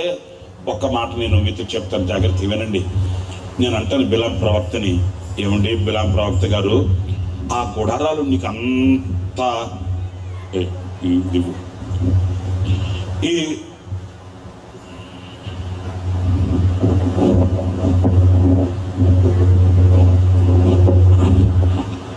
వాళ్ళ గుడారాలు నీకు అంత రమ్యంగా కనపడ్డాయా బాబా? మీరు చాలా కొంచెం మనసు పెట్టి వినాలి. మోషే 3 రోజుల పాటు పాడుల్లోకి వెళ్ళి కూర్చుంటే వాళ్ళు వివాదాలు తీర్చలేక సచ్చాడంట. ఎవరు? మోషే. అప్పుడు ఇత్రో మోషే మామ ఇత్రో అంటే, ఇదేంటా బాబు, నువ్వు వెళ్ళిపోయి వాళ్ళ మధ్యలో కూర్చున్న వాళ్ళు గొడవలు తీర్చుకుంటూ వాళ్ళ వివాదాలు తీర్చుకుంటూ పోతే నీకు ఇంక ఏంటి పని లేదా?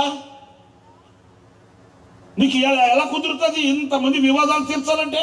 అంటే ఇప్పుడు నేను ఆ మాట ఎందుకు చెప్తున్నానంటే, అన్ని వివాదాలు, అన్ని ఇబ్బందులు, అన్ని ఇరుకులు ఉన్నాయి ఇశ్రాయేలు గుడారాల మధ్య, లేకేమి కాదు. కానీ ప్రవక్త అయిన బిలాము ఆ గుడారాలను చూసి అంటాడు, ఎంత రమ్యముగా ఉన్నాయి అయ్యా. నేను అంటాను, అయ్యా నీకు అంత రమ్యంగా కనబడుతున్నాయా, లోపల నుండి లుసుకులు కనిపించట్లేదా? వాళ్ళ దెబ్బలాట్లు, కుమ్ములాట్లు, ఎలక్షన్లు కలెక్షన్లు కనిపించట్లేదా అంటే బిలాం ఒకే మాట అంటాడు, ఒకప్పుడేమో కానీ ఇప్పుడు నా కనులు తెరవబడ్డాయి. అంటే ఒక మాట వినండి, ఒక మాట. కనులు తెరవబడిన వానికి రమ్యమైనవి కనబడతాయండి, కనులు మూయబడిన వానికి అల్పమైనవి కనబడతాయండి. మీకు అర్థమైందా? కనులు వెలిగింపబడిన వాడు ఆత్మీయుడు, ఆత్మ నేత్రములు కలిగిన వాడు రమ్యమైన వాటిని చూస్తాడండి. నేను ఇంకా మీకు విశదీకరంగా చెప్తున్నాను, జాగ్రత్తగా వినండి. ఎవరైనా ఆత్మీయుడై, కనులు తెరవబడిన వాడై, మనోనేత్రము వెలిగింపబడిన వాడై, ఆత్మ నియమము ప్రకారం నడిపింపబడిన వాడు ఉంటే అతనికి కనబడేవన్నీ ఏం కనబడతాయో తెలుసా? రమ్యమైనవి కనబడతాయండి. కనులు మూయబడిన వాడై, మందగిలిన వాడై, చీకటిలో స్నేహం చేస్తున్న వాడు ఉంటున్నాడే, ఆడికి రమ్యమైన కనబడు. ఆడు కనబడేవన్నీ చెప్పండి అల్పమైనవే కనబడతాయి. ఇప్పుడు ఒక మాట చెప్తాను, నేను ఇక్కడ తెల్ల బట్టలు వేసుకుని నిల్చున్నా, మా పాకెట్ దగ్గర ఏదన్నా పెన్ మార్క్ పడింది అనుకో, పెన్ మార్క్ ఏదన్నా,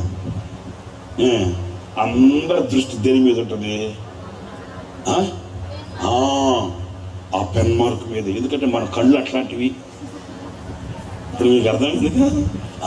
అరే బాబు కేక నుంచి కాళ్ళ దాకా తలలో బట్టలు వేసుకుని ఉన్నాడే ఆ దేవుదిలో అనుకోడండి. ఎందుకంటే ఆత్మనేత్రాలు కలిగిన వ్యక్తి, లేకపోతే మనోనేత్రం వెలిగింపబడిన వ్యక్తి ఈ చీకటి సంబంధమైన వాటిని బేస్ చేసుకోడండి. ఈ చీకటి సంబంధమైన వాటిని వాటిని చూడండి. అందుకే మన ప్రభువు అయిన యేసుక్రీస్తు అల్పులము అయోగ్యులం పడి కృంగి చెడి ఉన్న మనల్ని తండ్రితో కూడా ఉండుట విడిచిపెట్టకూడదు భాగ్యమని ఎంచుకొనక దాసుని స్వరూపం ధరించి లోకానికి వచ్చి ఈ ఊబిలో పడి ఉన్న మనల్ని ప్రేమించాడండి. ఒకవేళ యేసయ్యని ప్రభువా ఏం చూసావు నాయన నన్ను ప్రేమించడానికంటే ఆయన అంటాడు, నేను నిన్ను చూసినప్పుడు నాకు నచ్చేవి నీ దగ్గర అంత లేకపోయినా నాకు నచ్చింది ఒక్కటున్న చాలు. అది నా సారూప్యం నీలో ఉంది, నా పోలిక నీలో ఉంది, నా ఆత్మ నీలో ఉంది, అందుకే నేను ప్రేమించాను. నా ప్రియమైన సహోదరులారా, మన కనులు వెలిగింపబడితే రమ్యమైన వాటిని చూస్తాం. మన కనులు తెరవబడితే శ్రేష్టమైన వాటిని చూస్తాం. మన దృష్టి వెలిగింపబడితే అల్పమైన వాటిని పట్టించుకోం. ఆడు పడిపోయాడంట, ఈడు పడిపోయాడంట, ఆళ్ళు అయిపోయారంట, వీళ్ళు అయిపోయారంట. ఇదే చెత్త సరుకు. నేను అనకూడదు కానీ కొంతమంది సంఘాలకు వస్తారా, శ్రేష్టమైన అమూల్యమైన మాటలు మోసుకొని వెళ్ళరండి. మరి మీకు ఇక్కడ ఇటువైపు అలవాట్లు ఉన్నాయో లేదో నాకు తెలియదు కానీ మీరంతా కొంచెం చదువుకున్న వాళ్ళు, డిగ్నిఫైడ్గా ఉండేవాళ్ళు, కొంచెం రిచ్గా ఉన్నట్టున్నారు. మిమ్మల్ని చూస్తుంటే అసలు మీరు నోట్లో ఏలు పెట్టిన కొరికేటట్లేరు. చాలా శుద్ధి మెత్తగా ఉన్నారు మీరు.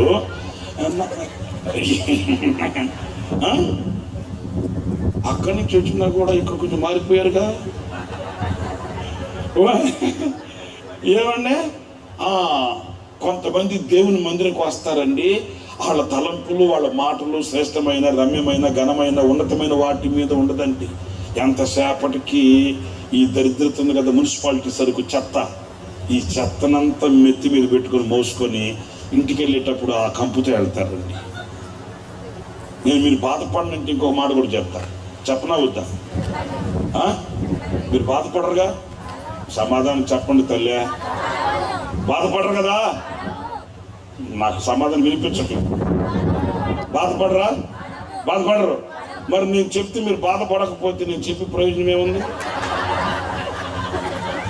అయ్యా నువ్వు చెప్పుకో, దున్నపోతు మీద వర్షం పడినట్టే మాకేం పట్టదు, చెప్పా మాకేం బాధలేదు అనుకుంటే నేను చెప్పడం ఎందుకు తల్లి? మీరు బాధపడాలని చెప్తున్నాను తల్లి. మున్సిపాలిటీ ట్రాక్టర్ ఉంటుంది. మున్సిపాలిటీ ట్రాక్టర్ ఎక్కడ ఆగుతుంది? అది అప్పుడు ఎక్కడ చెత్త ఉంటుందో అక్కడ ఆగి తొట్లో ఉన్న చెత్త అంతా నెత్తి మీద వేసుకొని ఎంత ఆనందంగా వెళ్తుంటాడు వాడు. ఆ వెనకాల బైక్లో వచ్చి మనం ముక్కు మూసుకుంటుంటామా, ఆడికి ఏం పట్టదు. నేను అనకూడదు. పాల వ్యాన్ ఉంటుంది. పాల వ్యాన్ ఎక్కడ ఆగుతుంది? పాల బూత్ దగ్గర ఆగుతుంది. దర్జాగా తెల్ల పెయింట్ వేసుకొని దర్జాగా పాల క్యాన్లన్నీ వేసుకొని వెళ్తూ ఉంటుంది. పాల వ్యాన్ ఏమో పాల బూత్ దగ్గర ఆగుతుంది. ఈ చెత్త లారీ ఏమో చెత్త ఉన్న చోట ఆగుతుంది. ఇప్పుడు మనం ఎక్కడ ఆగుతున్నామో మీకు అర్థమైందా? అది కొంతమందికి అంత చెత్త దొరికితే పరమానందం. చెత్త సరుకు, చెత్త మూసుకోపోవడానికి. మరీ ఈ మధ్య సోషల్ మీడియా పెరిగిపోయింది కదా. మనం వద్దనుకన్నా వచ్చి పడుతుంటాయి. టింగడంగ్ అని మళ్ళా నోటిఫికేషన్స్. చెత్త. ఈ చెత్తను చూసుకోవడం, చెత్తను సెండ్ చేసుకోవడం, ఈ చెత్త ఆడుగు పంపిస్తుంటే ఆడు చెత్త ఈడుగు పంపిస్తుంటే అంత చెత్త సరికే. రాత్రులు నిద్ర కూడా పట్టదు. చెత్త.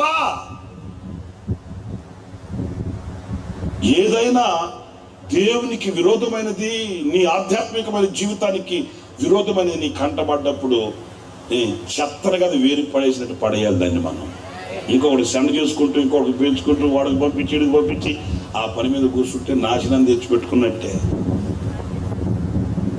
నా ప్రియమైన సహోదరులారా, బిలాము కనులు తెరవబడ్డాయి. ఒకటే స్టేట్మెంట్, ఆయన దీవించాడు, ఆయన ఆశీర్వదించాడు, నేను దానిని. అందుకే వాక్యం కూడా అంటున్నాడు, నేను మృతుడనైతిని కానీ సజీవుడు, యుగ యుగములు సజీవుడనై ఉన్నాను. మరణము ఎక్కువ, పాతాళ లోకము ఎక్కువ, తాళపు చెవులు నా దగ్గరున్నాయి. ఎవడు చెప్పించడానికి వస్తే, ఎవడు దుమ్మెత్తడానికి వస్తే, ఎవడు కాలెత్తడానికి వస్తే నీకేంటి? I am here, don't fear. నేనున్నా, నీకు భయపడకు. ఆమేన్. స్తోత్రం. హల్లెలూయా, హల్లెలూయా. సరే, మెరుపులు మెరిసే ఉరుములు లాంటి శబ్దాలు ఆకాశంలో వినబడుతున్నాయి. ఇంకొక మాట కూడా చెప్పి నేను ముగించేస్తాను. చెప్పచ్చా? ఒకడు చెప్పా, భయపడకు అన్నాడంటే ఎందుకు భయపడద్దు అంటున్నాడు? తాళపు చెవులు నా దగ్గర ఉన్నాయి, ఎవడేం చేయలేడు, నేను నీకు తోడుగా ఉంటాను. ఒకటి. ఇంకొక మాట చెప్పి నేను క్లుప్తంగా ముగించేస్తాను. అదేంటంటే చూడండి, పరిశుద్ధ గ్రంథంలో నుంచి పేతురు రాసిన మొదటి పత్రిక 3వ అధ్యాయం 14వ వాక్యం చదువుతాం.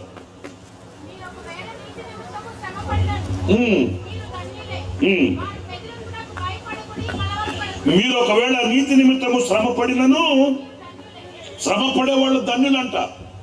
ఈ స్టేట్మెంట్ ఏంటంటే శ్రమ పడేవాళ్ళు ధన్యులు అవుతారంట. మరి మనం ఏమంటాం? శ్రమ కలిగితే, ఇబ్బంది కలిగితే, కష్టం వస్తే, నష్టం వస్తే, వ్యాధి వస్తే, వ్యధ వస్తే, బాధ వస్తే బైబిల్ ముందు పెట్టుకొని, నీడసేస పక్కన పెట్టుకొని, in the name of Jesus, Yesu నామములో శ్రమల ఏంటండి? ఇంకా మా అలాంటి వాళ్ళు ప్రార్థన చేసేవాళ్ళు వస్తే నిలబడి చెప్పే మాట ఏంటంటే, పాస్టర్ గారు అండి బహుశ్రమంలో ఉన్నానండి, గట్టిగా చెడు ప్రార్థన. ప్రార్థనలో లూజు ప్రార్థన, గట్టి ప్రార్థన ఎక్కడ ఉంటుందమ్మా? మనం అడిగేదే కదండి. ఈ శ్రమలు తొలగిపోవాలి, కష్టాలు తొలగిపోవాలి, నష్టాలు తొలగిపోవాలి, కన్నీళ్ళు తొలగిపోవాలి. ఆయన బస్తాలు బస్తాలు బస్తాలు బస్తాలు దీవెన బండ్ల మీద వచ్చి దిగాలి ప్రభువా అలా దిగుతా. మరి బస్తాలు బస్తాలు దీవెన కోరుకునే వాళ్ళు ధన్యులను రాయబడలేదు. లేకపోతే లోకంలో ఐశ్వర్యవంతులు గాను, బలవంతులు గాను, శక్తివంతులు గాను, సామంతులు గాను, ఆసాములు గాను, భూసాములు గాను ఉన్నవాళ్ళు ధనవంతులు, భాగ్యవంతులు అని చెప్పబడలేదు. సత్యవాక్యం సెలవిస్తుంది, మీరు ఒకవేళ నీతి నిమిత్తం, దేని నిమిత్తం? అందరు చెప్పచ్చు కదా, దేని నిమిత్తం? నీతి నిమిత్తం మీరు శ్రమ పడిన ఎడల మీరు ధన్యులే. ఎందుకంటే మీరు పడే శ్రమ మీ నిమిత్తం కాదు, మీరు పడే శ్రమ లోకం నిమిత్తం కాదు, మీరు పడే శ్రమ ధనము బలము కొరకు కాదు, నీతి నిమిత్తం. ఒక తల్లి ఉంది, ఆమె నోరు, ఆమె మాట కుదరదండి. ఎట్లుంటుందంటే మాట, మంచినీళ్ళు తాగు అని చెప్పేది కూడా పెటాను కొట్టాలనిపిస్తుంటుంది. అట్లుంటుంది మాట. ఆమె మాటికి దెబ్బలు తిరిగి వచ్చి ఏమంటుందంటే, ప్రభు కోసం నేను నిందలు అనుభవిస్తాను. ప్రభు కోసం కాదు, నోటి మాట కుదరక. కొంతమందికి ప్రభు నిమిత్తం వచ్చే శ్రమలేంటో, వీళ్ళ బలహీనతను బట్టి వచ్చే శ్రమలేంటో తెలియదండి. అన్ని ఒక ఖాతాలో కట్టేస్తారు. మరి ఏమనుకున్నారండి?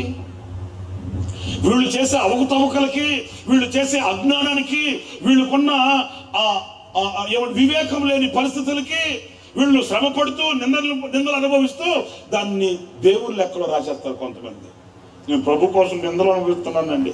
ప్రభు కోసం కాదు నిందలు అనుభవించేది, నీ గుడ్డితనం, నీ అవివేకాన్ని బట్టి నిందలు అనుభవిస్తున్నా.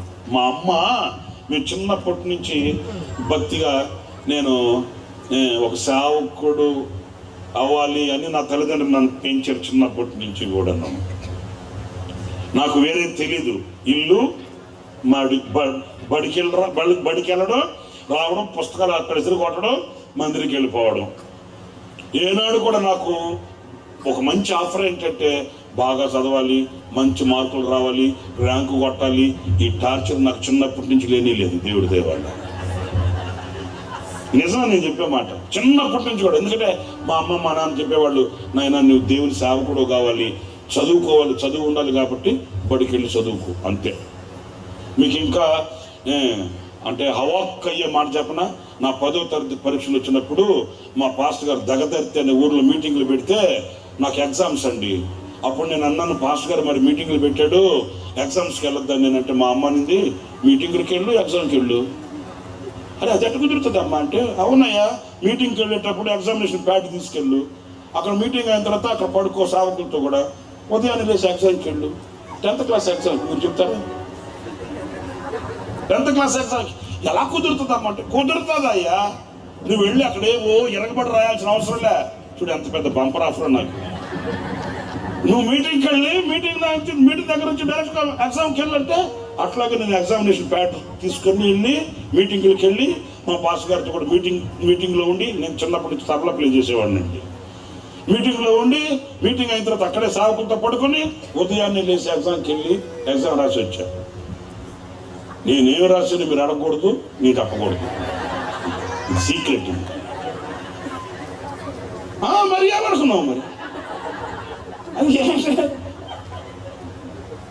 మా ఫ్రెండ్ ఒకడున్నాడు సభాపతి గాడని, ఆడు చెప్పాడు హిందీ ఎగ్జామ్కి అయితే నాకేం రాదు అంటే వాడు అన్నాడు, ఏం లేదురా ప్రార్థన చేసుకుని వాడు ఇచ్చిన క్వశ్చన్ మళ్ళీ రివర్స్ రాసేసి రారా అని చెప్పాడు. రాసేసి వచ్చి అట్లాగే పాస్ అయ్యా. ఆ పేపర్ కరెక్ట్ చేసిన దిమ్మ తిరిగి ఉంటుంది. వీడిని ఈ సంవత్సరం పాస్ చేయకపోతే మళ్ళీ వచ్చే సంవత్సరం వస్తాడు వీడితో ఈ సంవత్సరమే మనం ఏదో ఒకటి తేల్చుకోవాలని చెప్పి పాస్ చేసేవాడు. నేను చేశానని మీరు చేయబాకండి, మీకు గుడిసున్నా పడుతుంది. దేవుని సంకల్పం నా పట్ల ఈ రీతిగా ఉండబట్టి కార్యం సఫలం చేసుకుంటూ వచ్చాడు ఆయన. చిన్నప్పటి నుంచి మా అమ్మ ఓ మాట చెప్పేది, ఏం చెప్పేదంటే, నాయన వెళ్ళక ఒక ఇంటికి వెళితే, మళ్ళీ చెప్పనా, వెళ్ళక ఒక ఇంటికి వెళితే రాక ఒక మాట వస్తుంది నాయన. పెద్దోళ్ళు మాటలు తక్కువ కాదండి. పని ఉన్నా పని లేకుండా ఓరకు నీళ్ళు ఒక ఇంట్లో కూర్చోకూడదు. మనము ఖాళీ దొరికితే ప్రార్థన చేసుకోవాలి, ఖాళీ దొరికితే బైబిల్ చదువుకోవాలి, ఖాళీ దొరికితే మందిరికి వెళ్ళి పరిచయం చేసుకోవాలి. ఎళ్ళకెళ్ళక ఒక ఇంటికి వెళ్తే రాక ఒక మాట వస్తుంది, అట్లా వెళ్ళకూడదునైనా అట్లా చెప్పేదండి. ఎందుకంటే మన అవివేకాన్ని బట్టి మనం శ్రమలు తెచ్చుకొని అది ప్రభువు ఖాతాలో రాయకూడదు. నేను చెప్పేది మీకు అర్థమవుతుందా? అవివేకంగా ప్రవర్తించి, అజ్ఞానంగా ప్రవర్తించి, తెలివిలేని పనులు చేసుకొని అమ్మో నేను ప్రభు కొరకు కష్టపడుతున్నా అనకూడదు. నీతి నిమిత్తము మీరు శ్రమ పడితే మీరు ధన్యులు అంటూ ఇంకొక చక్కటి మాట, అదేంటంటే, ఒకవేళ మీరు నీతి నిమిత్తం శ్రమ పడినా మీరు ధన్యులే, వారి బెదిరింపులకు భయపడకూడదు. ఎందుకని? ఒక్క మాట చదవని ముగిస్తా. ఎందుకని భయపడతా అంటున్నాడు? ఇప్పుడు 12వ వాక్యానికి రండి. ప్రభు కనులు నీతిమంతుల మీదను, కొట్టండి గట్టిగా, చప్పట్లు కొట్టండి ప్రభువుకి. ప్రైజ్ ది లార్డ్, హల్లెలూయా. ఎందుకు మీరు భయపడద్దు? నీతి నిమిత్తం ఒకవేళ శ్రమ పడుతుంటే, నీతి నిమిత్తం మీరు హింసింపబడుతుంటే ఎందుకు భయపడకండి అంటున్నాడంటే, ఆయన చెవులంట నీతిమంతుల మీదను వారి ప్రార్థనల వైపు ఉన్నాయంట. అందుకు భయపడకండి. స్తోత్రం కలుగునుగాక. జడియకండి. హల్లెలూయా. నీ ప్రార్థన ఆలకించేవాడు నీకు సమీపాన ఉన్నాడు. నీ మొర ఆలకించేవాడు నీకు సమీపాన ఉన్నాడు. నీ మనసులోని మాట పెదవులకు రాకమునిపై ఎరిగిన పరలోకపు తండ్రి ఆయన కార్య సాధకముకు తన క్రియాశక్తిని బట్టి కార్యములను చేయడానికి ఆయన సిద్ధంగా ఉన్నాడు. నీకు భయమేలా? నువ్వు భయపడనేలా? నీతి నిమిత్తం శ్రమ పడుతున్నావా? నీతి నిమిత్తం హింసింపబడుతున్నావా? నీతి నిమిత్తమై కొట్టబడుతున్నావా? నీతి నిమిత్తమై ఒకవేళ ఇరుకులలో ఉన్నావా? అయినా భయపడకు. ఎందుకంటే నీ ప్రార్థన ఆలకించు దేవుడు నీ వైపే తన చేతిని, నీ వైపే తన చెవిని పెట్టి ఉన్నాడు. నీ హృదయంలో నుంచి వచ్చే ప్రతి మాటకు, నీ హృదయంలో నుంచి వచ్చే ప్రతి భావనకు, నీ హృదయంలో నుంచి వచ్చే ప్రతి భాషకు ఆయన అర్థం పడతాడు, దర్పణ పడతాడు. గుప్తులు విప్పి ప్రతి జీవి కోరికను తృప్తిపరిచే దేవుడు ఆయన. స్తోత్రం కలుగునుగాక. మరి రాత్రి నువ్వు దేని నిమిత్తమై ప్రార్థన చేస్తున్నావో, దేని నిమిత్తమై అంగలారుస్తున్నావో, దేని నిమిత్తమై ఆయన పాద సన్నిధిలో చేరి ఉన్నావో, ఒకవేళ నరమాత్రుడిగా మరొకరికి తెలియకపోవచ్చు. ఈ రాత్రి నీ ఎదుట నిలిచిన దేవునికి సమస్తం తెలుసు. ఆమేన్. చెప్పండి హల్లెలూయా. నా ప్రియమైన సహోదరులారా, ఒకవేళ నీవు ఆయన సన్నిధిలో అడగక, ఆయన సన్నిధిలో మొరపెట్టక, ఆయన సన్నిధిలో గోజారు కొనక, అనేక దీవెనలకు దూరమై, అనేక ఆశీర్వాదాలకు నీవు దూరమై పొందుకైన అభాగ్యునిగా ఉన్నావేమో, ఈ రాత్రి నీ హృదయ భావం ప్రభుతో చెప్పుకోగలిగితే, నీ హృదయంలో ఉన్న ఆవేదనను ఆయనకు వివరించుకోగలిగితే, నీ శ్రమయు, నీ నిందయు, నీ అవమానమును ఎరిగిన దేవుడికి నీ గుండెల్లో ఉన్న బాధను వివరించి నువ్వు చెప్పుకోగలిగితే, ఆయన దూరాన నిలిచి ఉండేవాడు కాదు. నిశ్చయముగా నీ ఎడల ఆయన చెవిని పెట్టి నీ మొర విని, నీ మొర ఆయన ఆలకించి, ఆనాడు దేవుని వైపు తిరిగి ప్రార్థించిన హిజ్కియా ప్రార్థన ఆలకించిన దేవుడు.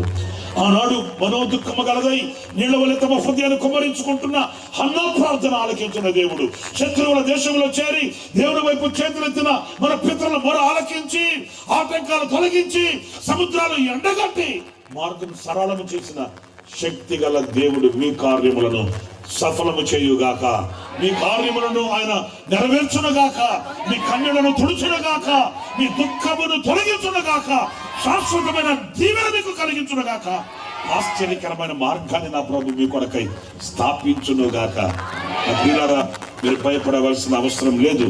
ఎందుకంటే మీ ప్రార్థనల వైపు ఆయన చెవిని పెట్టి ఉన్నాడు. మీకు సహాయం చేయడానికి ఆయన చేతిని చాపి ఉన్నాడు. మిమ్మల్ని దీవించుట కొరకే ఆయన దిగి వచ్చి ఉన్నాడు.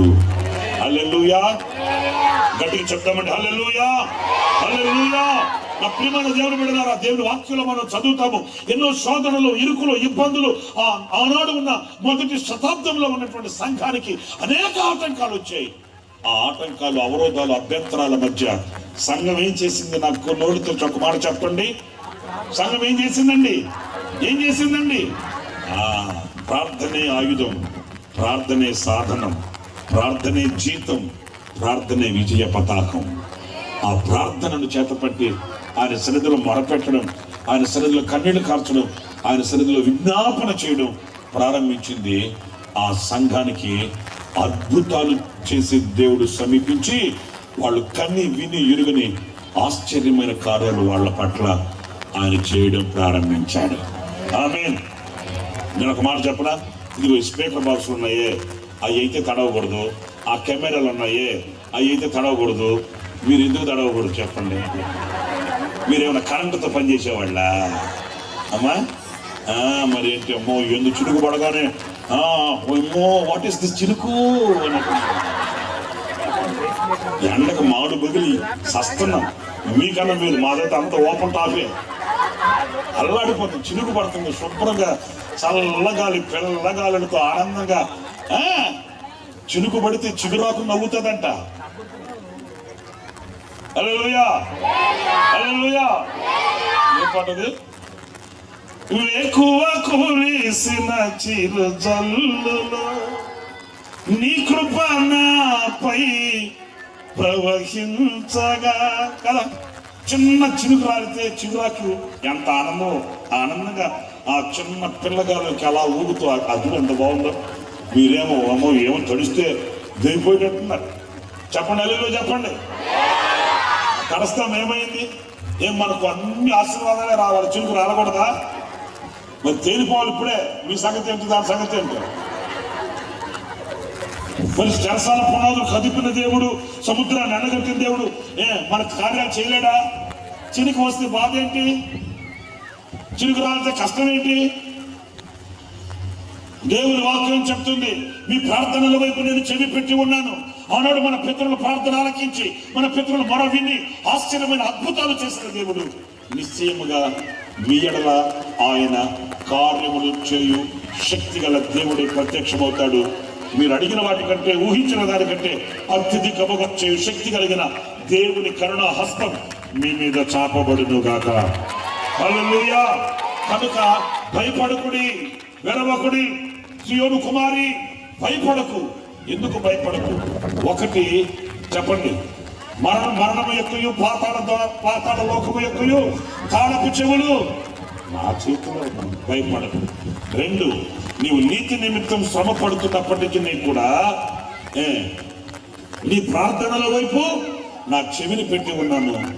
నీ మొర నేను వింటాను, నీ మొర నేను ఆలోచిస్తాను. ఇప్పుడు ఒక మాట చెప్తాను, నా వైపు చూడండి.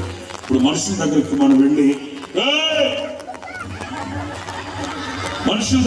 వెళ్ళి మన గోడు చెప్పుకున్నాం అనుకోండి, కొంతసేపు వింటారండి. అవునా కదా? కొంతసేపు వింటారు.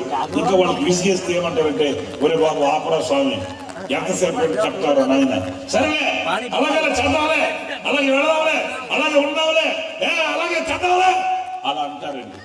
మనం కనుక సాహసించి మరొకసారి జ్ఞాపకం చేస్తే మనల్ని వాళ్ళు అసహ్యించుకుంటారు, వాళ్ళు మనల్ని పరిహాసించారు. కానీ వాక్యం ఉంటుంది, మీరు మానక ప్రార్థించండి, విసుకక ప్రార్థించండి, జవాబు పొందేటంతగా మీరు మొరపెట్టండి, ప్రార్థన చేయమని వాక్యం చెప్తుంది. వ్యక్తి దేవుడి కొరకై సాక్షులు నిలబడగలుగుతాడు. అలాంటి గొప్ప కార్యాలు నా దేవుడు మీ ఎడల జరిగించిన గాక. హల్లెలూయా, హల్లెలూయా. ఒకవేళ మీరు అటు ఇటు తిరిగి అక్కడ ఇక్కడ మీ సమస్యలు చెప్పుకోవడానికి ఇష్టపడ్డారేమో, కానీ దేవునికి మీ మనవులను, మీ కన్నీటి వ్యధను మీరు వివరించుకొని చెప్పి చూడండి.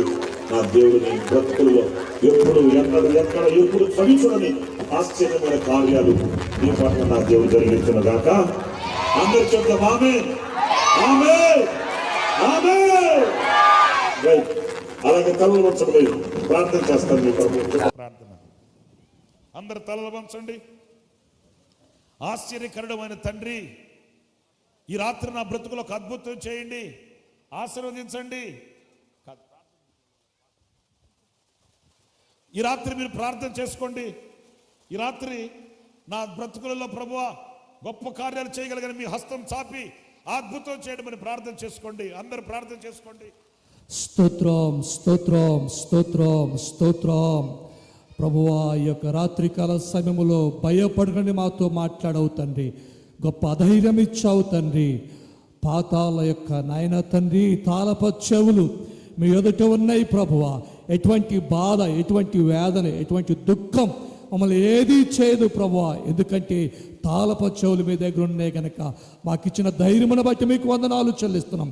అదేవిధంగా నీతి నిమిత్తం మేము బాధపడుచున్నప్పటికీ ప్రభువా నాయన ప్రార్థించుటకు నీ కృపకు చూపించావు గనక అట్టి భయం నుంచి విడిపించిన నీ కృపకే మీకు స్తోత్రాలు చెల్లిస్తూ నీ దాసురాలని పరిచయను ఆయన దీవించి ఆశీర్వదించి మహిమ పొందమని యేసు నామమున అడుగుతున్నాను తండ్రి, ఆమేన్.